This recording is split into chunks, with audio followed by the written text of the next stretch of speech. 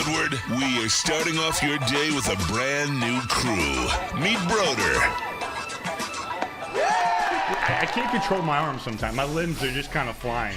Detroit Kool-Aid. Fired up! Y'all got Kool-Aid. I'm fired up! But with the Wake Up Woodward crew, he's actually a part of the family. Flannel Sam. Ask me about my wiener. Okay. Along with JB and KG. Wake Up Woodward gets you all of your Detroit sports talk. Every morning, 8 to 10 a.m. Live on Woodward Sports. A show for Detroit, by Detroit, with people from Detroit. Tell Siri to set an alarm, because it's time to Wake Up Woodward. What up, though, people? It is Wake Up Woodward. We appreciate y'all for choosing to kick off this day with the WUW Crew Victory Show. Another series for those Detroit Tigers, but something crazy happened in the sports world right now, or last night. It's your boy Brandon Dan K, Detroit Kool-Aid, your credential Pistons reporter and writer for the network. Flannel Sam, the vet of the squad, the vet of the network, Red Wings correspondent, all sports knower. What up, though, brother? What up? You know what? You know what else? What's up? The Indiana Pacers are what's up. And whether you are rooting for them or not, whether you're rooting for both of them to lose, I get it. But at the end of the day, when I saw what happened last night in that playoff game, I basically crumpled up the prep and proverbially threw it in the trash and did it all over again, because I'm like, you know what? Very rarely do we get to start with NBA that isn't the Pistons, but last night was absolutely historic. And let me just say this right now. Congratulations to the Indiana Pacers for winning the Eastern Conference Finals. I'm ready to call it right now. Absolutely. Well, after everything you saw Jalen Brunson do, not just during the regular season as being a clutch player of the year, but also what you saw him do in these playoffs up to this point. It was absolutely demoralizing. Your mic, Chase. Yes. Well, yeah. if you want to count the Sonics, Supersonics history, they got one, but since they become, I don't care. Thunder certainly haven't won one. Because you don't count the Wolves. I know they're a new franchise, but like they didn't get to like carry on like the Lakers' old championships from when they were still in Minnesota, if they had any. I don't remember, but I don't know. I'm excited. I want the Knicks to lose. I want to see a new champion. Hey, I don't hate that at all. But yeah, the reason I say that is because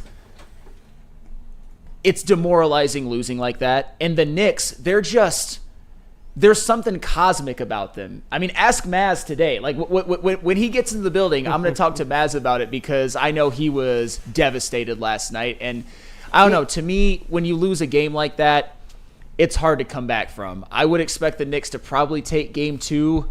But at the end of the day, how are you feeling as a Knicks fan, being like, we were up by this much, or even the players? There's got to be some doubt creeping in. But that's the thing. If they didn't have a guy named Jalen Brunson, I get it. I would be probably more on board with where you are. But when you have a player like that who has proven to be the difference maker more times than not in those clutch moments, that's where the Knicks are probably kicking themselves, and it gets really easy to remedy that. It's give the ball to Jalen Brunson and get the F out the way. I get it. The Knicks can do that, and the Pacers are going to have to prove that they can continue to take a barrage of Jalen Brunson down the stretch. That to me is where this series is going to be won or lost. It's how the Knicks have gotten this far. We saw it firsthand. Mm-hmm. We saw it firsthand. Jalen Brunson was the difference maker in the series against the Pistons. Yes, we had some injuries. Yes, B-Stu would have helped. But we saw Jalen Brunson going out there, and even against Issac Thompson was holding him in check, but it was relative. And then everybody else was getting that work. And then in the crunch, in the clutch moments, he was doing what he was doing. Then we saw him do this again in the Boston Celtics series, and we know, again, aided by a little bit of injury. And this one, the Pacers, I feel like they played to their absolute peak last night, and that it will take a couple more of those types of games for it to be a surefire Pacers to the winning this thing. Well, and to really further the point of they played to their peak, let me just give you some numbers about last night's game, because I'm sure all of you guys have watched it, or you've seen the highlights, or you've at least seen some of the plan on blurbs. Repeat up here on ESPN. Yeah. Well, as it should be, honestly, quite frankly, it was the biggest story in sports last night. The Knicks had a 116-102 lead with 3:44 left in regulation, a 119-105 lead with 2:51 left in regulation, a 119-108 lead with 2:39 left in regulation, a 121-112 9-point lead with 58 seconds in regulation, a 123-115 8-point lead with 41 seconds in regulation, and the Pacers climbed all the way back from all of those to force it to overtime. Another funny tidbit is that Tyrese Halliburton, he hit the shot, which bounced about 100 feet up in the air and then went in. He thought he hit the game-winning three, and then he gave the choke sign. Unfortunately for him and the Pacers, it was reviewed. His toe was on the line, but shout-outs to them and by the Pacers also making sure that Tyrese Halliburton didn't have an infamous moment when it should have been a great moment. They did go on to win in overtime, but one person that needs to get some credit, or not even some credit, a lion's share of the credit. During that stretch where the Pacers were making their run, Aaron Nesmith went 5 for 5 from behind the arc. 5 for 5. The man wouldn't miss. I get it. The Knicks did a lot of choking, especially that turnover up 5 and some missed free throws at the end. Cat went 1 of 2, and then OG went out 1 of 2, which really kept the door open. And also in the playoffs, look at the three-point shooting amongst the Pacers players, including the not Tyrese Halliburton, Siakam 42%, Turner 43%, Aaron Nesmith 54%, Andrew Nembhard goes from 29% in the regular season to 51% in the playoffs. Absolutely unbelievable. But Aaron Nesmith, he was the man last night. They don't make that run without him. Could not miss. So as much as the Knicks choked, the Pacers, or not the Pacers, Aaron Nesmith did something absolutely special that he will probably never replicate again, even though he's a damn good shooter. That is an all-time shooting display by him. Yeah, and that's where I say, though, when you do put these things up against, especially the stats from last night's game, I'm not saying that the Pacers aren't capable, because I think that they're built to perform that way. But to that tune, again, against a formidable team in the Knicks, that's where I stop just short of believing that this series is done. I do believe this, though, because I see you in the chat, Stick. He says Halliburton will always be the one that got away. Mm-hmm. And you know what, man? I liken him to an ugly girl with a banging body in a sundress. Shout out Mike G. That's Tyrese Halliburton to me. I'm always at this point going to dislike him. That's just what it is. I'm always going to root against him. But, you know, that West Mantooth, anchor man type stuff, I respect him. And it was what we were talking about in the previous series when Tyrese Halliburton was about to send the Cavaliers home. We were up here. I was like, I'll be up here dancing. Even though I dislike him as a player, I know this. He's proven to be a dog, and this is the thing that I like.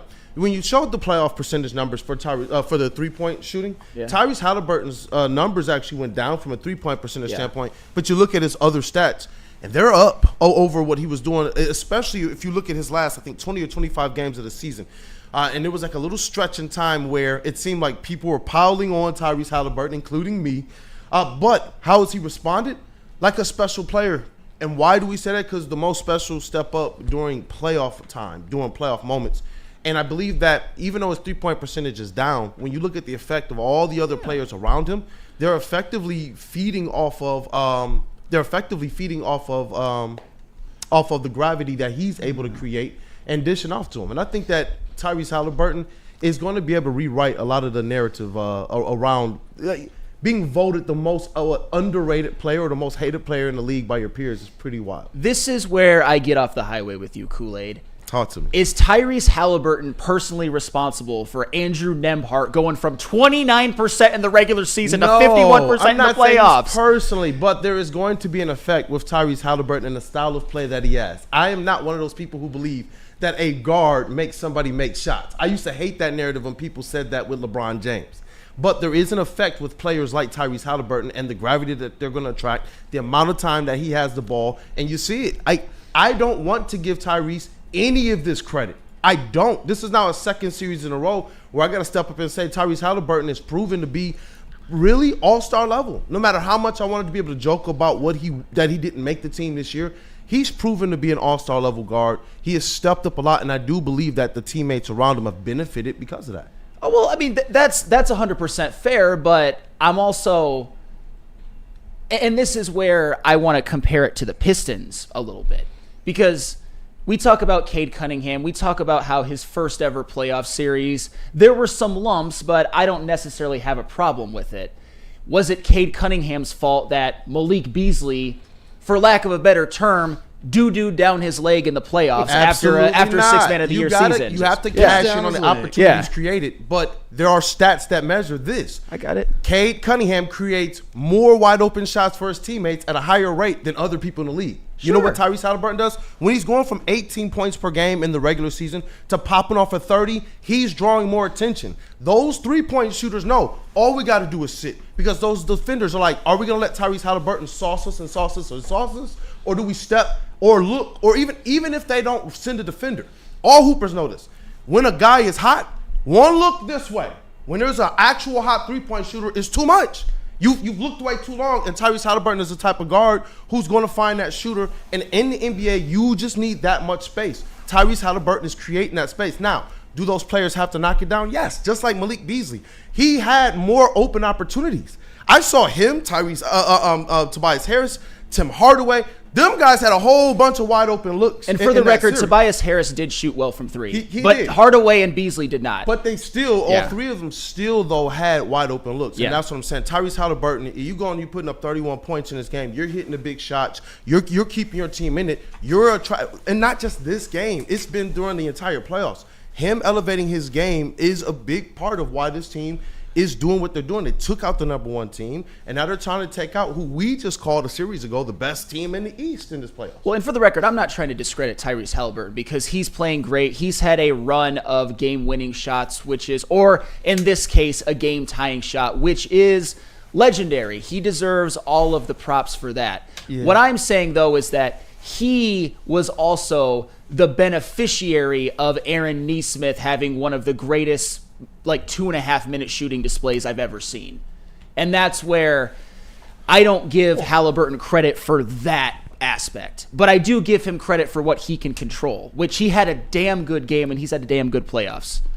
Looked like you want to say something. Well, I was just going to say, I feel like you're kind of doing the caveat, the reverse caveat of, when people are like, well, Ray Allen hit the shot that gave LeBron the championship, even though, it's a team game. I think Halliburton deserves just as much credit. I don't think we have to divvy up the pie as much, but he's very much the leader of that team. Oh yeah, and everything goes into it, because in that game, LeBron James brought the team back with an amazing fourth quarter. He just it was Ray Allen who got the shot, and it's all encompassing, because the image from that game will obviously be Tyrese Halliburton's choke sign, but Aaron Nesmith, it was stupid what he was doing. He could not miss. And that doesn't happen. You could have 5 layup attempts and not go 5 for 5. He did it from 3 in very high leverage moments. He did. But that to me, when we're talking about the series as a whole, is where I still think this is going to be a dogfight of a series. Do I see the Pacers have an opportunity to pull this thing out maybe in 7? I definitely think they have a great opportunity to win this series in a 6 or a 7 game, because they're well built. We saw this team all year, and we wondered, are the Pistons going to have a real legitimate shot at being able to catch them? And every single time we got within striking distance, we saw the Pacers respond. And we thought, man, this is a tough stretch of games for them. We got an opportunity to catch up. No, they continued to show throughout the course of the season that they're a big boy team. And now they're showing it in the playoffs. I believe that they are one of those squads that are more built for the playoffs than necessarily trying to gun it out for the number one seed in the regular season. If we know anything about the Pacers, you could take that even back to the Pistons, who won their championship not as the number one seed in that playoff series in that playoff year. And so, but I still put a lot of stock into Cat and into Jalen Brunson being really 2 of the better players in this series. Pascal Siakam obviously is going to be a dog. Tyrese Halliburton is going to have to continue to do what he's doing, because marginally you got elevation in all of his other stats across the board, including his assists and rebounds and such, where the shooting is down just a little bit. You can argue that the Knicks still have the 2 best players in the series. I would disagree, though. I think based off what Halliburton has done in the playoffs, it would be Brunson, Halliburton, Cat, and then you start to look at probably Siakam for it's a very evenly matched series. My main thing with why I'm ready to call it now is the psychological impact of the Knicks players, of someone like Tom Thibodeau, who has had many playoff failures, a guy like Karl Anthony Towns, the franchise of the Knicks, who hasn't won in over 50 years, and already in the 90s had a choke moment happen to them courtesy of Reggie Miller. It's cosmic, man. And that's part of it. And I know I'm not usually I'm more analytical than usual, but in this case, the New York Knicks are just a cursed franchise. And you know what?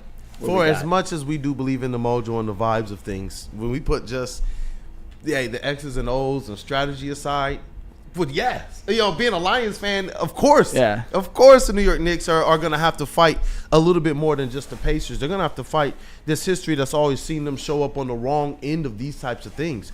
Like, how fitting, though, that, like, his shot didn't sink them, but it did lead them to do something that's going to become iconically linked to that game. Yeah. Almost like, even though they did pull out the victory, it's almost like Chauncey Billups, half-court heave, descended to overtime is one of those iconic moments, even though in that game the Pistons still lost against the Nets. But I think it goes down that way, and I'm almost happy that the situation gave us that moment, and it wasn't something necessarily against the Pistons. What I come away with from the Pistons series against the Knicks is that they fought hard. They punched up, and they almost came away with an improbable victory without one of the players we thought was going to be very key for them in Isaiah Stewart. So I came away a little bit more encouraged. I remember we talked about the fact earlier in the week, how do we feel about the Pistons during these playoffs, seeing some of these results? And I see Weezy 3-3. Yeah. Cade Slappy's got to pump the brakes. He's not better than every guard because he's 6'6", time to learn ball. He's a diet Cade. Huh? He's diet Cade. He's diet Cade. Even I saw his stick say, hey, similar body build, but it's just a little extra in the scoring end. Bro, Cade is a tremendously better scorer than Tyrese Halliburton in every Cade is Budweiser. Way. Cade is Budweiser. He's the king of beers. Tyrese Halliburton's Bud Light. Listen, you give Cade that type of shooting. You give Cade that type of shooting. I'm not going to say the big man. That's what I was saying. Just that type of shooting. We're talking about something much, much different than what we saw last year. I look at the numbers.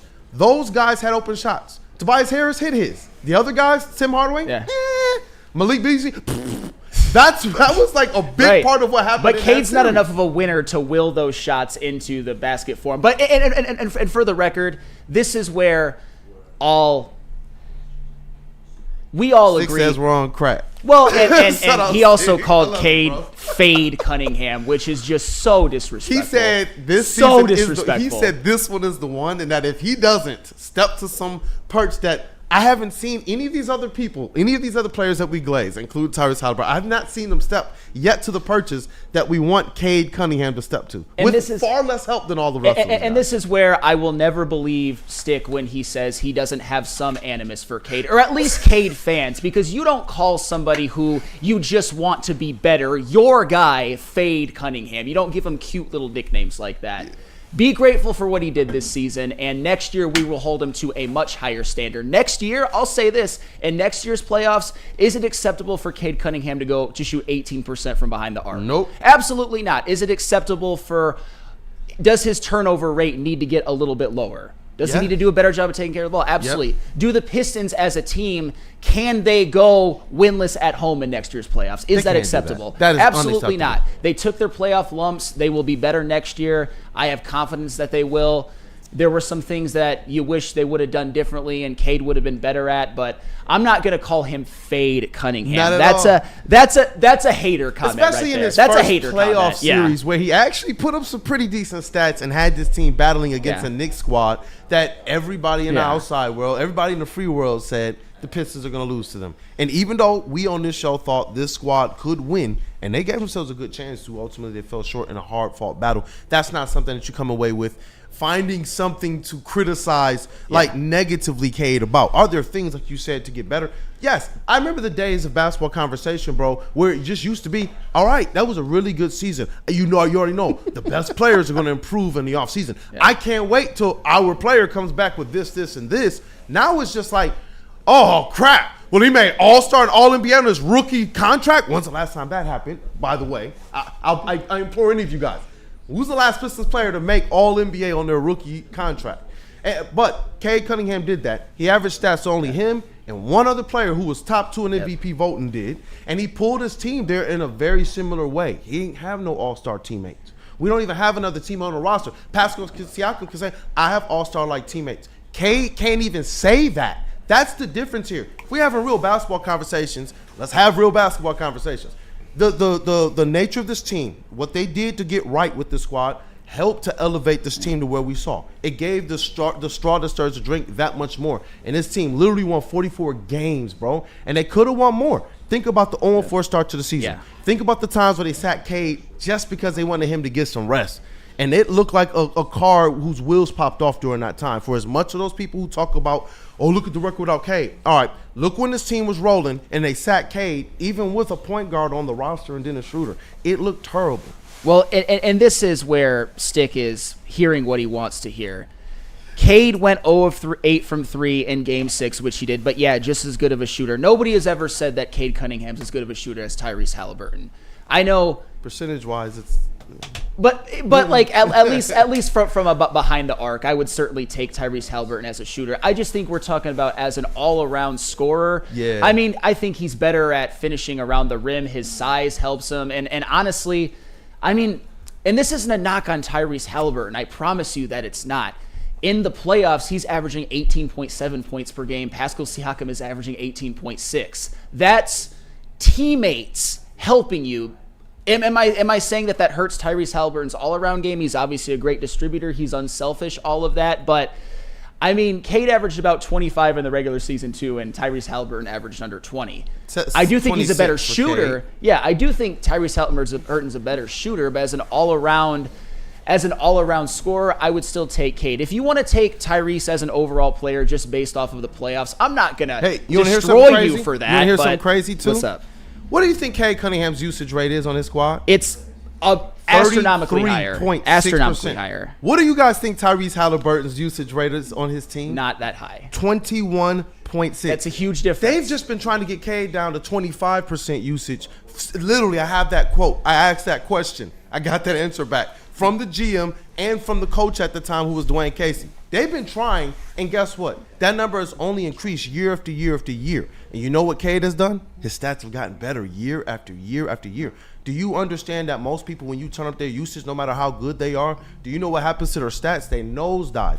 Cade's are going up. That's why I told people his turnover rate, for as much as people complain about it, it's actually improved over the years. They've turned up his usage, and they realize the more it goes up, the less he has mistakes. That's just how it goes. I know people look at the counting stats, the total stats, but when you're looking at the percentages, you start to realize the more he has that usage rate up, until they find a way to get this man star player or augment this team with some better shooters and a real big down there with Jalen Duren, it's going to look like this a lot, and it's going to put a lot on Cade. And when those players are in those situations, look at the history of it.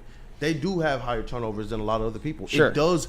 His legs are going to be dead by the end of the season again if they don't do something to augment that. And that's where the team has to – new systems have to be implemented. It can't quite be as heliocentric, but a lot of that had to do with Ivy being hurt. And Cade Cunningham himself, I think, now understands that the playoffs are a different animal, and not just when it comes to pressure, when it comes to conditioning. And for the record, this is Tyrese Halliburton's second playoff appearance. Cade Cunningham will be better. He needed to get those lumps in. He is going to understand what it takes just in terms of being a better all-around basketball player, taking care of his body, maybe even pacing himself a little bit in the regular season. That's the wisdom that Cade Cunningham now has that he didn't have before. Next year, if some of the same things plague the Pistons and Cade Cunningham, you better believe that I'll be asking some questions. But I'm going to give him one round of lumps. I'm going to give the team as a whole one round of lumps. And then next year, especially because I think they'll get a higher seed,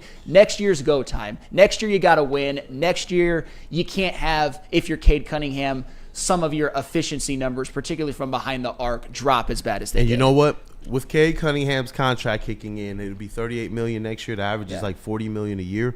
And they said that he's going to have an increase of conversation and influence in the front office. This is where Cade has to go into that front office, and Cade has to do this just as much as we say he's a leader on the court, off the court, in the locker room.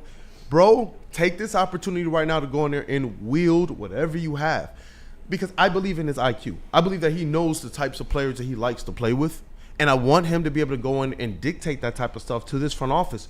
Don't let anyone rest on their laurels if that's not what it is. And I know this. Tom Gores is saying, look, I'm ready to go. Impact players, in his letter, right? We'll break that down at a later time. Trajan Langdon's like, I like the players we have. We might run it back. So it's going to be interesting to see what happens, even though we know that the Pistons are going to need some improvement on this squad. Even if they largely run it back, there's going to be some specific things they have to do to get this team to the next level. Because when you look at the Pacers, you see a team that is very well built for this playoffs, a little bit better than the Pistons are at the moment. Yep. And Stick, Sam pull-up Halliburton shooting with 2 minutes left in the game this playoff. It's unbelievable. I'll give you that. It's off the charts. That's what I want out of my superstar. That's what big time when moments your and big time usage plays. is trash, though. That's the point. You can literally say, hey, Tyrese, we're only going to put you out there with Siakam and shooters, and we're going to turn up your usage in those last few minutes. He's fresh. He's healthy. It makes sense. You know this, Stick. You're a grinder, bro. You're a worker. You work from sun up till sundown. You're not at the same proficiency at the end of the night. Now, if somebody says, hey, we're going to let Siakam and the shooters handle the game for you the whole entire time, and we're still going to have an opportunity to win this game, then we're going to just give it to you once, everything has gotten to this point, then cool. That you're going to have that energy to do it. That's what the usage rate means if people don't understand that. What Cade is having is this. If that man is not having a 30% usage rate in the first quarter of the game, it's over. It's over. If Cade Cunningham came down the court and allowed Tobias Harris and the rest of the squad to carry this team through 3 quarters, you guys will run him the hell out of town. He doesn't have that type of squad right now. That's just how it goes. That's the point of 33.6 and 21.3% usage.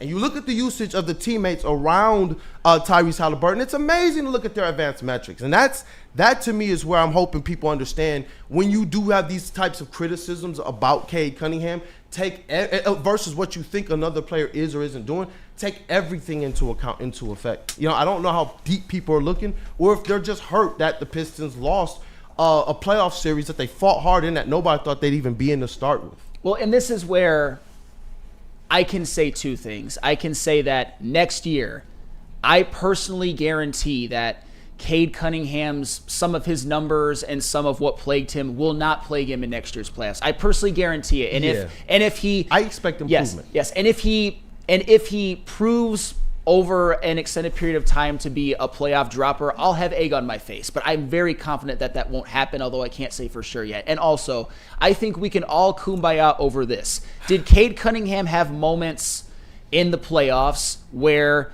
he, at least when it comes to doing what it took to win certain games, failed? Yes. But I will also choose to, you also have to augment, being the fact that it's his first playoff series. Game 2 gave you an efficient 30, they won. Game 5, 13 points, closed down the club in the fourth quarter. So it's not that he's not clutch or can't be a closer. It's that he had times where he was and was great and times where he wasn't. Let's see if it evens out more next year. I suspect that it will. He had his lumps. He's ready to go. Next year, I think you're going to see playoff Cade. I will say this for right now, and this might be something I actually agree with right now. He says this, Stick, hooligans, excuses is all they got. No, I believe that Cade has to get better. I don't think that's an excuse. That's a challenge. Go get better. I think Cade is that deal, but I also know this. From NBA to 2K, from real life to video games, development is key, and you got to give it that time. Some guys come in and they get it faster. You know what? Look at all of our other rookies. Which one has gotten it faster than him? You got to go back a long time. And it's like Grant Hill. When you want to go back before him, you know the next rookie you get to, Joe Dumars. Yeah. And then you know the next rookie you go to, Isaiah Thomas. We haven't had a rookie get it this fast. We just haven't. Well, just to put that in perspective. And that's where, and Stick, you know this. Comparing Cade to Stafford is silly. Yeah, he said Cade is a new Stafford. Or at least compared to Stafford's lack of winning in, 12 years? Cade's been here 4. I do believe this, though. Cade's been here 4. Listen, I will accept this. That is a projection. Yeah. If Cade doesn't step up, that is going to be what's attached to him. 100,000%, but you can't say that now. I might put a bet on this thing because you said you might have egg on your face. Maybe we'll do a friendly bet with Stick. No, for if for it works our way, for sure. For sure. Egg booth. We're going to have to set them up somewhere. We get to toss like 20 eggs out. And just one more thing from Stick before we move on to the Tigers side, because Rando Small says, did the Tigers win? Yes. And we'll get to it in due time. He was responding to Freddie Felt 313. Freddie, I just want more, and discrediting a guy who is in the ECF and knocking down game-winning shots is silly. I promise that my intent wasn't to discredit Tyrese Halliburton. I think that he's had a great run of game-winning shots. He's one of the best point guards in the East, NBA, you can say all of that. And the fact that he didn't make the All-Star team this year, I don't even count that against him because of what he's done in the playoffs. Yeah. I will give you that. There's no shade on Tyrese Halliburton whatsoever.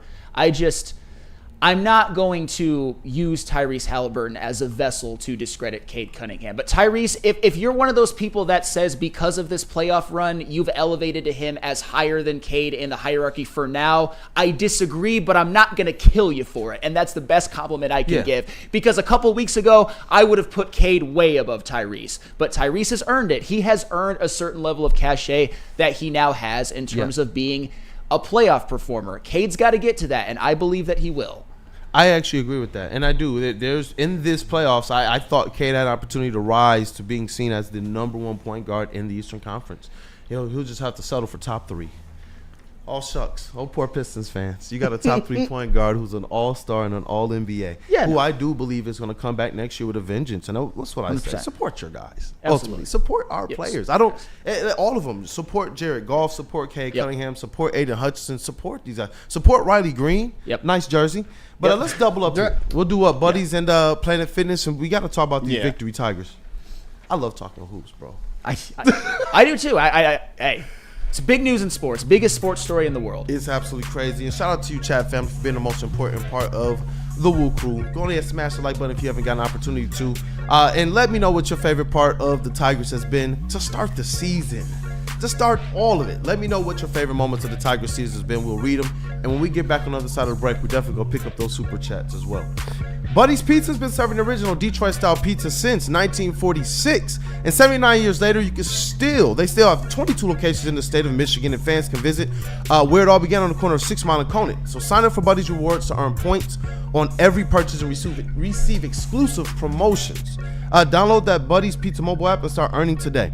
Also, you get to save 10% off your entire order if you use promo code 10MIL. That is the number 10, MEAL, Buddy'sPizza.com. Absolutely. Planet Fitness. It's fitness that fits your budget. No matter where you are, there's a Planet Fitness close by. There are more than 50 in Metro Detroit and thousands more throughout the world. At Planet Fitness, you experience a squeaky clean gym that has tons of equipment, fairly knowledgeable staff, and a totally judgment-free atmosphere.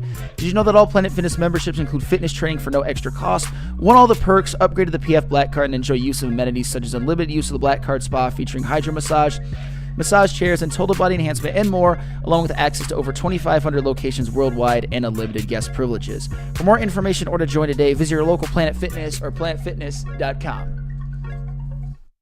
You know how some things are so good they should be world famous, but they're not?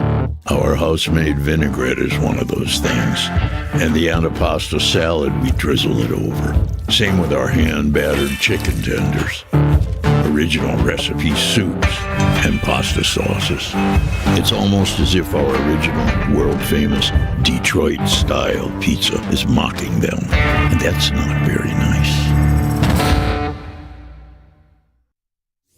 Big injuries, big news. Twice a week, Dr. Jeff Pierce from Michigan Sports and Spine joins Woodward Sports Network for the Injury Insider Report. Big D Energy Tuesdays at noon, and Armani and Edwards with Maz Thursdays at 3:30. Get expert analysis and in-depth breakdowns on the latest sports injuries from the man trusted by top athletes in the community, like D-Mac. Whether it's the Lions, Pistons, Tigers, or Red Wings, Dr. Pierce talks us through it all. Don't miss the Injury Insider Report with Dr. Jeff Pierce, your go-to source for understanding the impact of injuries on the games and players we love. Only on Woodward Sports Network. Scan the QR code on the screen or go to MichiganSportsandSpine.com to see if Dr. Jeff Pierce can help you.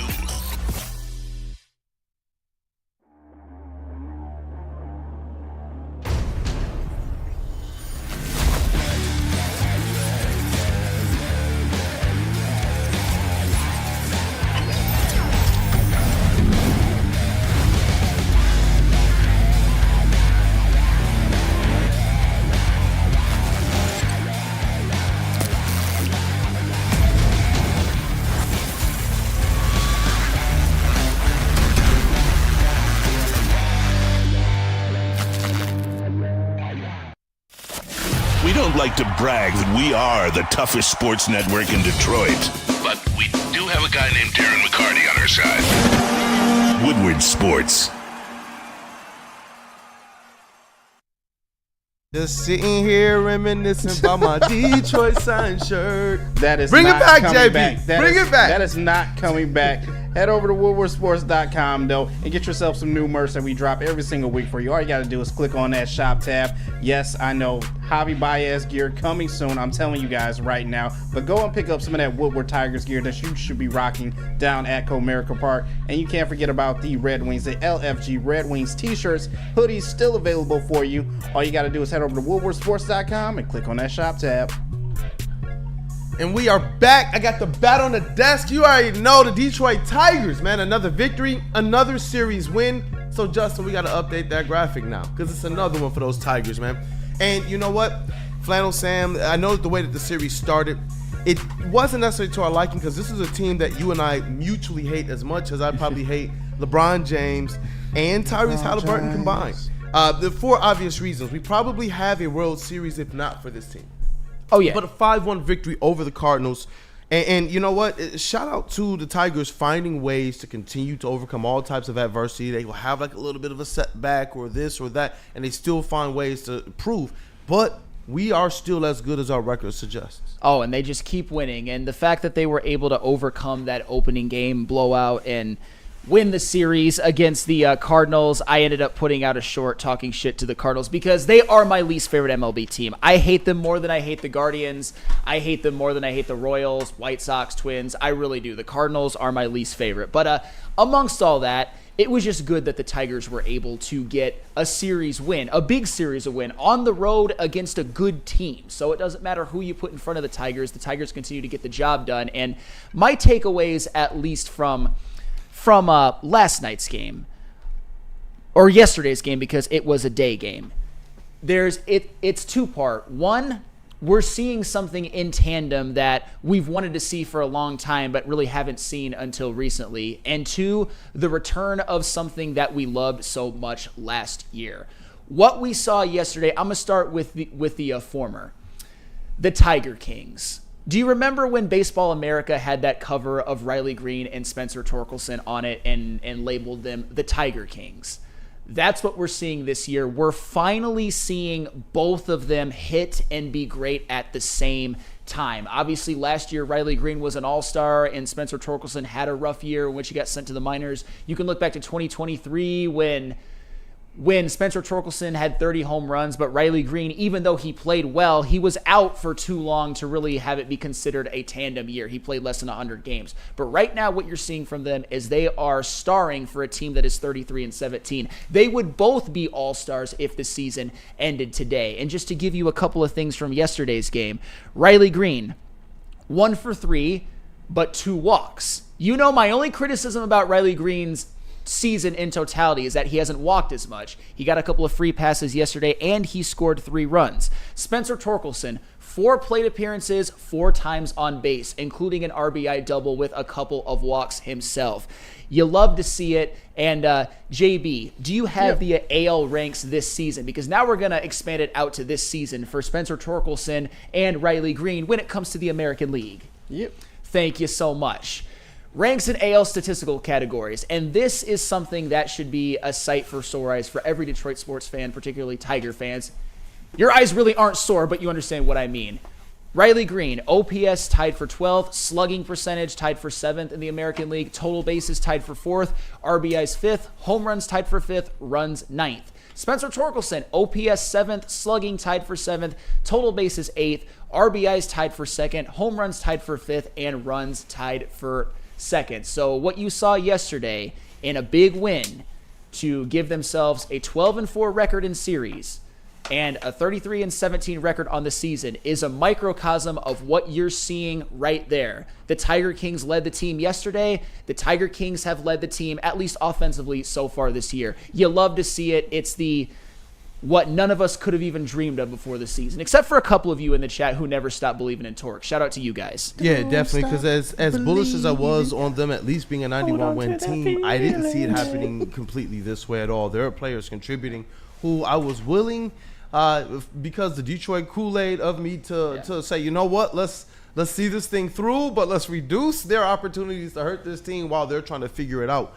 To see that those guys have figured it out and to know that the team had enough of a pulse on this squad to understand, yes, this is going to be worth the investment. Think about how much hate the front office and Chris Ilitch took, man, because of Torque, because of the opportunities they continue to give Javi Baez, that this year they have to absolutely be feeling vindicated. And just looking at the Tigers here, it's interesting. I love this about this team this year. Yesterday we highlighted the fact that they won a game in which like 4 hitters in a row or 3 hitters in a row got no hits. 5 through 9 were 0 of 18. Yeah, and now you look at it the very next day and you're looking at the top of the order. And again, they run it back like that. But the squad still, you find a way with half your lineup not getting a hit to still get 7 hits and 5 runs. That's been a crazy identity a part of this squad. And the Tigers over the last 20 games have collected 198 hits. They're almost at 10 hits per game, despite think about all of the different ups and downs we've had from some of these players. We're still, people were talking about Javi's stretch. I know Neil was probably more than happy to see that. We talked about Riley Green's stretch. We talked about Torkelson needing to turn it on. This team has still averaged 10 hits per game. So it's like I am glad to see that this squad has everything that they need from a hitting standpoint. And I'm telling you, bro, I couldn't have called this, like especially without Parker Meadows and some of the guys that we were waiting to get back. No, and this is where too, because these numbers for Torkelson, Green, really the offense as a whole, and there's some other players I want to highlight in just a second, but I had mentioned there are 2 big takeaways from yesterday's game. The Tiger Kings, but also welcome back pitching chaos.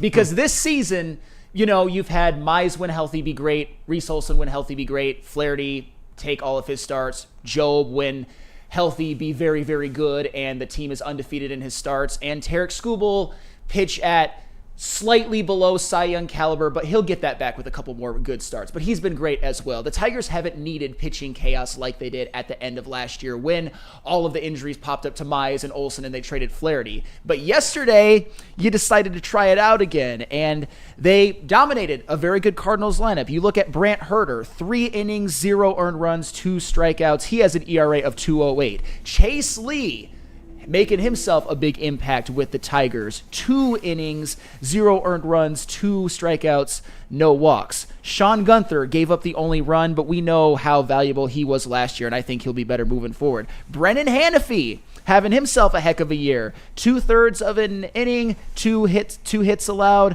but no earned runs. He has a 2.25 average. Good to see Tyler Holton pitch a scoreless 2/3 because he's somebody who's fallen off a bit based off of his insane standards, but even he still has maintained an ERA under 4. And then Bo Brisky, somebody who has struggled. Good to see him get a couple of scoreless innings as well to close down the club. So welcome back pitching chaos, because right now the Tigers do have Casey Mize slated to return, I believe, for game either 2 or 3 of the series. I think it's on Saturday, which is awesome. Thank goodness for that.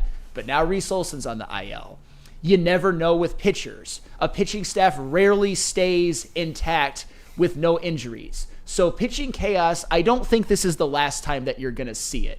Mm-hmm. I don't want to see it as much as the Tigers had to implement it last year, but it was nice to see them go through this game with a bullpen that I think many people were a little bit too harsh on. Just basically say, we still have one of the best bullpens in baseball. If we need to implement pitching chaos on the road at St. Louis in a rubber match of a big series, they can do it. They did it beautifully. Love to see it. And I hope they do it because, give these bullpen arms some reps, keep them fresh, let them work on some stuff, let them be a big part of what this team is doing. Because remember what we talked about, Casey Mize. How do we survive that? Reese Olson, how do we survive? Because I do believe that they're being way more cautious, and way more safe because they've given themselves that opportunity. But you also feel cautious because of this. You believe in your bullpen and what they can do in long innings. We talked about this in relief, as relief pitchers, not just closers. And we've talked about that being a strength of theirs going back to last season. So now you come into this year. If it was something you had to rely on because your starting pitchers just weren't good, that's where I would say, man, they got to figure this thing out. But if it's something where okay, our team is putting up 10 hits a game, we're getting 6.5 runs per game, and we're also able to go out there with a bullpen to keep these guys in check and let our starters get healthy, let our, especially if they have to take a trip down, trip to the injured list and such. I'm actually okay with it. And AJ Hinch is somebody I actually trust with it. If there's a team that's made for this type of baseball, it would be the Detroit Tigers, and they're finding success this way. Like, they're able, think about even if it was a little bit of concern, the concern we had when Casey Mize goes, because we know how good of a year he's having and how important he is to the success.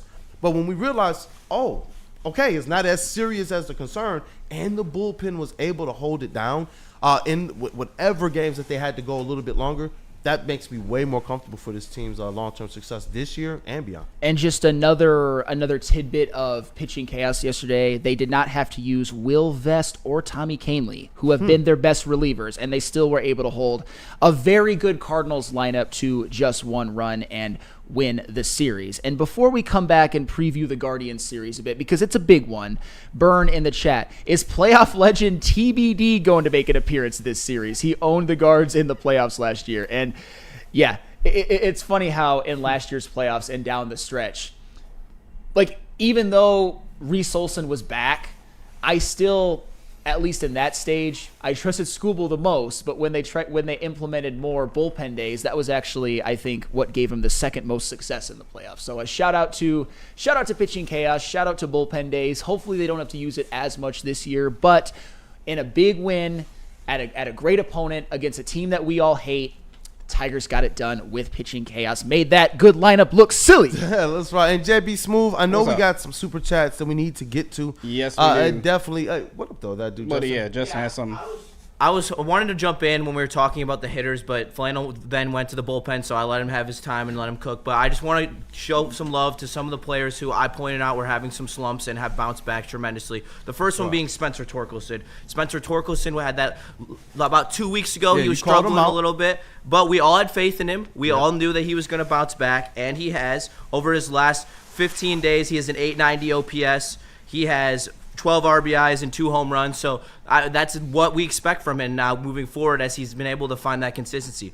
Another player who was struggling a lot earlier in the season but has now really turned it on as well is Colt Keith.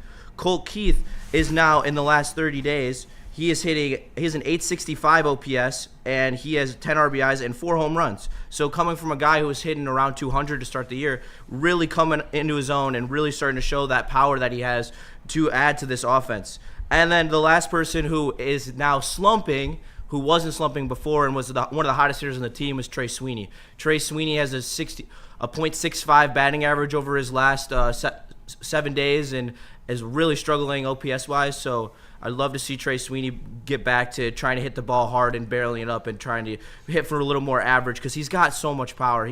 He's a lot like Javi, I feel like, where when he slows his bat down and he just tries to hit for a little more average, it helps him so much, and even helps him hit some more home runs as well. And I'm glad that you mentioned that, and my bad for hijacking too quickly, because I also wanted to, Colt Keith, because it wasn't just the Tiger Kings yesterday. Colt Keith had a big RBI double. Dylan Dingler 2 for 4 with an RBI, and Javi Baez getting off the schneid a little bit, having been 1 through it for his last 19, got a big insurance RBI single to make the lead 5-1 and was 1 for 3. So in a baseball game, it's usually not just one guy or two guys. You need contributors all across the board. And just a little tidbit to throw in there, because we might talk about it a little bit down the road. Don't be shocked if we're having Dingler to the All-Star game discussions. Let's go. Oh, those are real. If he makes it, Absolutely. I will buy his jersey. He has a 299 average. He has a 299, but he doesn't walk much, but he hasn't hit with a ton of power, but he's done more than enough. It's a 299 still average. Be tough though, because Cal Raleigh will be the starter. 100%. He's leading the 1000%. league in home runs, or he's up there. I don't know if he's still leading the league, but he is going to be the starting AL catcher. The issue is that now, does Tigers fan base have enough to get Dylan Dingler into the All-Star game and have enough juice to get him the vote? So hopefully we can make a strong commitment to Dylan and we can get him to the All-Star game, because that would be great. He deserves it. He has been one of our most consistent hitters throughout the entire season, one of the few that hasn't had a slump. He just has continued to hit well this entire year. That's right. Hey, you know what? Lock it in. That's another WUW Crew jersey watch. If he makes that All-Star game, I will buy Dylan Dingler jersey. Perfect. The All-Star jersey or the Like a regular jersey. Oh, I kind of want. Oh, goodness gracious, I kind of want the regular one. To That's support fair. Yeah, we'll do the regular one then. I'll do the regular. You make one. the bet. You make the decision. Yeah. Yeah, I was just asking for questions. Yeah. I mean, maybe we'll let the chat decide. Maybe it depends on how cool the All-Star Game jersey is. Yeah, What if check you out just how Because start? if it's ass, then we don't want that. Well, what but about- if it's cool, we'll have a conversation. What about if he like ends up being the starter as well? That qualifies as like get the jersey. But then if he just makes it, you can just get that way. There's like some layers to it. Incentivize it. HGPT over there, man. Hey, chat family, help me out here. You guys here, the crew. I'm definitely gonna rely on the WUW Crew, rely on you guys. If he makes this All-Star, which jersey we gonna get, man? See what you wrote me into? Hey, right? Hey, we're all making jersey bets now. Every last one of us. What do JB, we you got a got? Tobias Super Harris chats jersey first. bet? Super chat. No, Yeah. I'm not doing a Tobias Harris bet. That is not happening at all. That would be hilarious. God, Come on. no. But shout out to everyone sending in super chats. Sorry we imagine didn't him get to them and at Chase the walking here. beginning when this happened. But Byrne wants us to be nice to Maz today, everyone. He said, be kind to Maz. He's the only Knicks fan who actually remembers them winning a championship back when Wilt forced the league to invent goaltending. So I'll give that man a hug. That was everyone be nice to Maz. like Goodness. I'm not. I'm sure a lot of Knicks fans like divorced their wives last night, and I'm dead serious. That was tough. I mean, I wouldn't divorce mine for a bad loss, but as a fan, I don't know if I've ever experienced anything like that. That was rough. that was rough. That was so tough, man. That was rough. Shout out to Sorry, JK313. This is earlier. He said, this shit Knicks Pacers is trash. No one cares. Well, I don't know about that. I just because you hate him doesn't mean that last night wasn't worth talking about. Yeah, it's the center of the sports world. People are gonna turn on ESPN and see the same thing. They're gonna turn on sports radio. They're gonna hear somebody talking about it, and it was a awesome thing. If you're a sports fan, if you're a hoops fan, that was the event of the night. Yeah, 100%. It's the center of the sports world. 100%. That was the center of the sports world. Shout out to Flannel's favorite person, Shot216. He said, Detroit fans have a bad habit of fantasizing about hero ball like a bunch of casuals. I mean, I don't know if I necessarily agree with that. Yeah, I think. Well, yeah. Good I- morning, shot. And finally, Burn once again, $5. He said, "Is playoff legend 2BT?" Oh, yeah, I got we that already one. mentioned Yep. this one as well too. Yep. But I'll say it again: Is playoff legend TBD going to make an appearance this series? He owned the Grabs in the playoffs last year. Dog, and I see a couple more in here as well. Nobody, $2 super chat. No. Let Maz hear it. New York sucks today and forever. Damn. I love Maz, but I Yeah. do kind of understand the sentiment. I'm still I mad want at to the Knicks. Is console Anson Maz. going to be on the show today? Yeah. Over under 50 and a half times he uses the phrase New York peasants. Oh, I go over. Oh no! that's gonna be an interesting show. Tap in to all the shows, especially that one. But Michael Wary, $2 super chat, and I see he got 3 likes on us already. He says, "Get the Motor City edition." That's his vote. That makes sense. That's his Yeah. vote. So take like that that. as you will. Do we need to double up on anything? No, I think we're. Oh yeah, actually we might. All right, so Justin Loom And and, I got Lady James. Yes, sir. Yeah, I don't even need the read for that. I got my boy Jay to hook me up at all times. There is the new Buzz and Drink. It's the best to drink on the golf course. It gives you a nice buzz, 7.5 grams of THC. They have cherry, strawberry, watermelon, peach, and raspberry lemonade. The last two being my favorite. They're their new flavors. They are absolutely amazing. They light buzz, and they will get you going. Make sure you head to Loom and use WSN30 for 30% off your entire order, and use that QR code to scan for pickup and skip the line. It is very convenient, and you're ready to go. So make sure you pull in the Loom and then pull out. Don't smoke in between those things, Don't forget to pull out. and drive home, and then enjoy your Loom. And enjoy responsibly. And don't forget to pull out, apparently. Guys, let's be honest. We like simple stuff, like not forget to pull out. Like, give me some golf course. We like uncomplicated. Like Lady James. Sometimes it's take not us so to- simple. I got 4 of them things. Goodness. Walk inside it, and before you know it, you're handsome and clean. Lady James, open 10 to 8, 7 days a week. Walk in anytime. It's wicked awesome. Walk into any Lady Jane's Haircuts for Men today. Open 7 days a week. Sit back, relax, and enjoy precision haircut, scalp massage, hot leather neck shave, and hot towel treatment from one of our talented stylists. Step up your game this season and take advantage of our $20 haircut special. Scan the QR code and get your coupon today. Lady Jane's Haircuts for Men, the ultimate haircut experience. Open 7 days a week. Walk-ins always welcome. Lady Jane's Haircuts for Men, it's wicked awesome. The boys of summer are here, and Woodward Sports is all over the Motor City with the White Claw Tigers Tour. Come party with Woodward Sports, watch the Tigers, and sip on some White Claw all summer long. The best bars, big giveaways, live events, and a party that only Woodward Sports can throw. Ain't no party like a Woodward Sports party. Join us Friday, May 23rd from 5 to 7 with the heavyweights at McShane's in Detroit for the White Claw Tigers Tour, brought to you by White Claw, Easttown, and Van Johnson.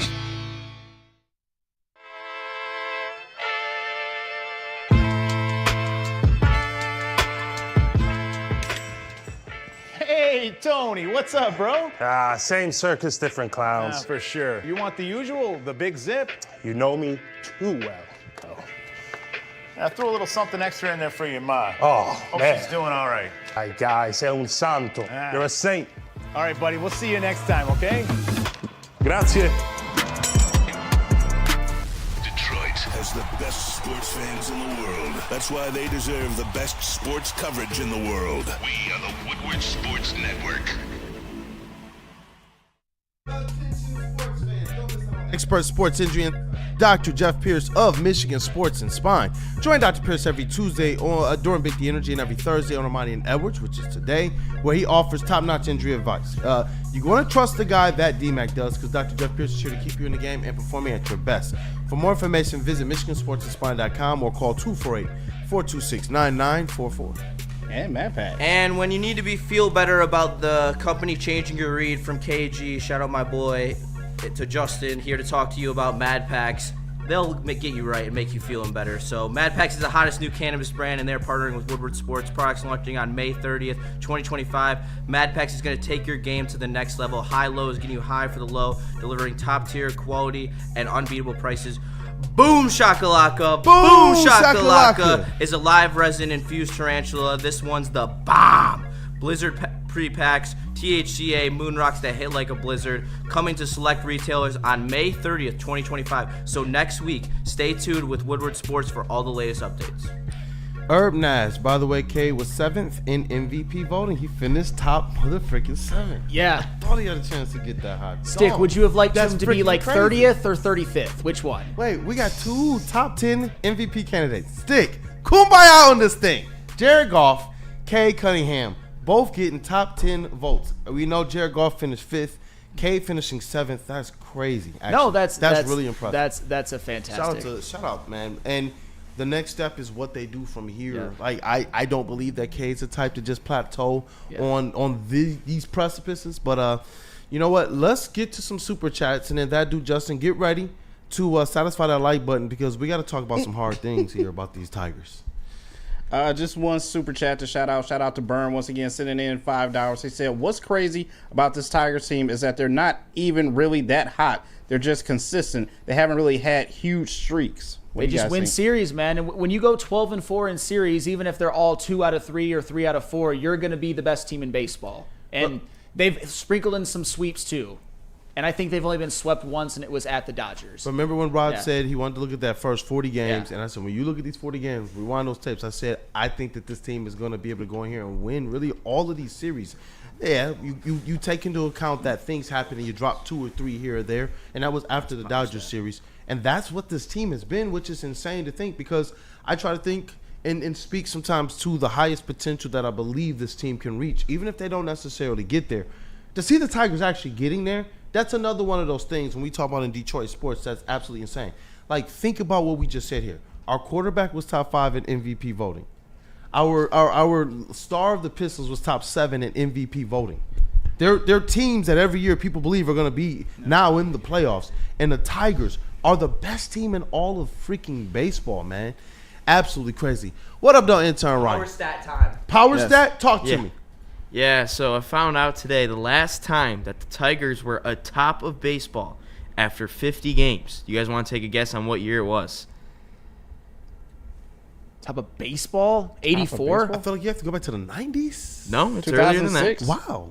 06? 2006? 06 would be correct. Okay. So the last time they I were was top of overthinking baseball it. after 50 was 2006. Wow. And we know what happened in 2006. Not the end result, but they made it to the World Series. That is a great stat, and I feel like I overthought that one. So shout out to you. No, Good- Greg great in the stat. chat said 84 as well. I'm Yeah. wondering if there's going to be some other ones. We probably should have let that sit a little, but everybody, I'm saying 06, 84, 06 from Speakeasy.